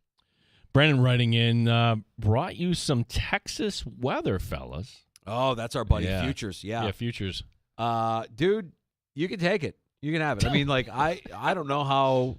I have a friend who's like, hey, you wouldn't be happen to going to Disney later this month, would you? And I'm like, are you crazy? Am I psycho? I'm not going to Florida in the month of July. He's like, my daughter wanted to go down there for her birthday. We're going to Disney in July. I'm like, nope. God bless you. I don't want nothing to do with Florida, Louisiana, Texas. Here's why it's not the heat. It's what we just experienced. I'll tell you the quick story. Like, I remember this. This would have been one of the first years we were doing the show where took a vacation, took the family down to Disney, and the Bills are playing Cleveland. And Tyrod is the quarterback. Tyrod's getting the start against the Browns. It's in the month of August. Actually, it's before we started doing the show, but I digress. We couldn't get out of our room because of the thunderstorms. We're like, okay, do we make a run for it? Do we make a run for it? No. So, like, from 5 o'clock on, all right, we really can't go anywhere tonight, can we? Yeah. So you can get hit with that anytime, I suppose. I mean, I've certainly been down there in the winter months where you do get hit with a rainstorm and it goes all day. But, yeah, no, I want nothing to do with that heat. And the thunderstorms like we're getting today, yeah, Futures, you can have them, man. Take them back with you to Texas. We had tornadoes last week. This is crazy. Where are we living? What's going on here? This isn't what we're accustomed to. We're not equipped for this. Tomorrow, a Hall of Famer joins us in the sports bar. Mike Catalana, 13 win. We will talk some Buffalo Bills tomorrow, and Mike, I'm sure, will call me like a 10-year-old child excited about the Mets who's had too much ice cream. Where are they at right now? They are in the third wild card. So they're still there? They're still there. Okay.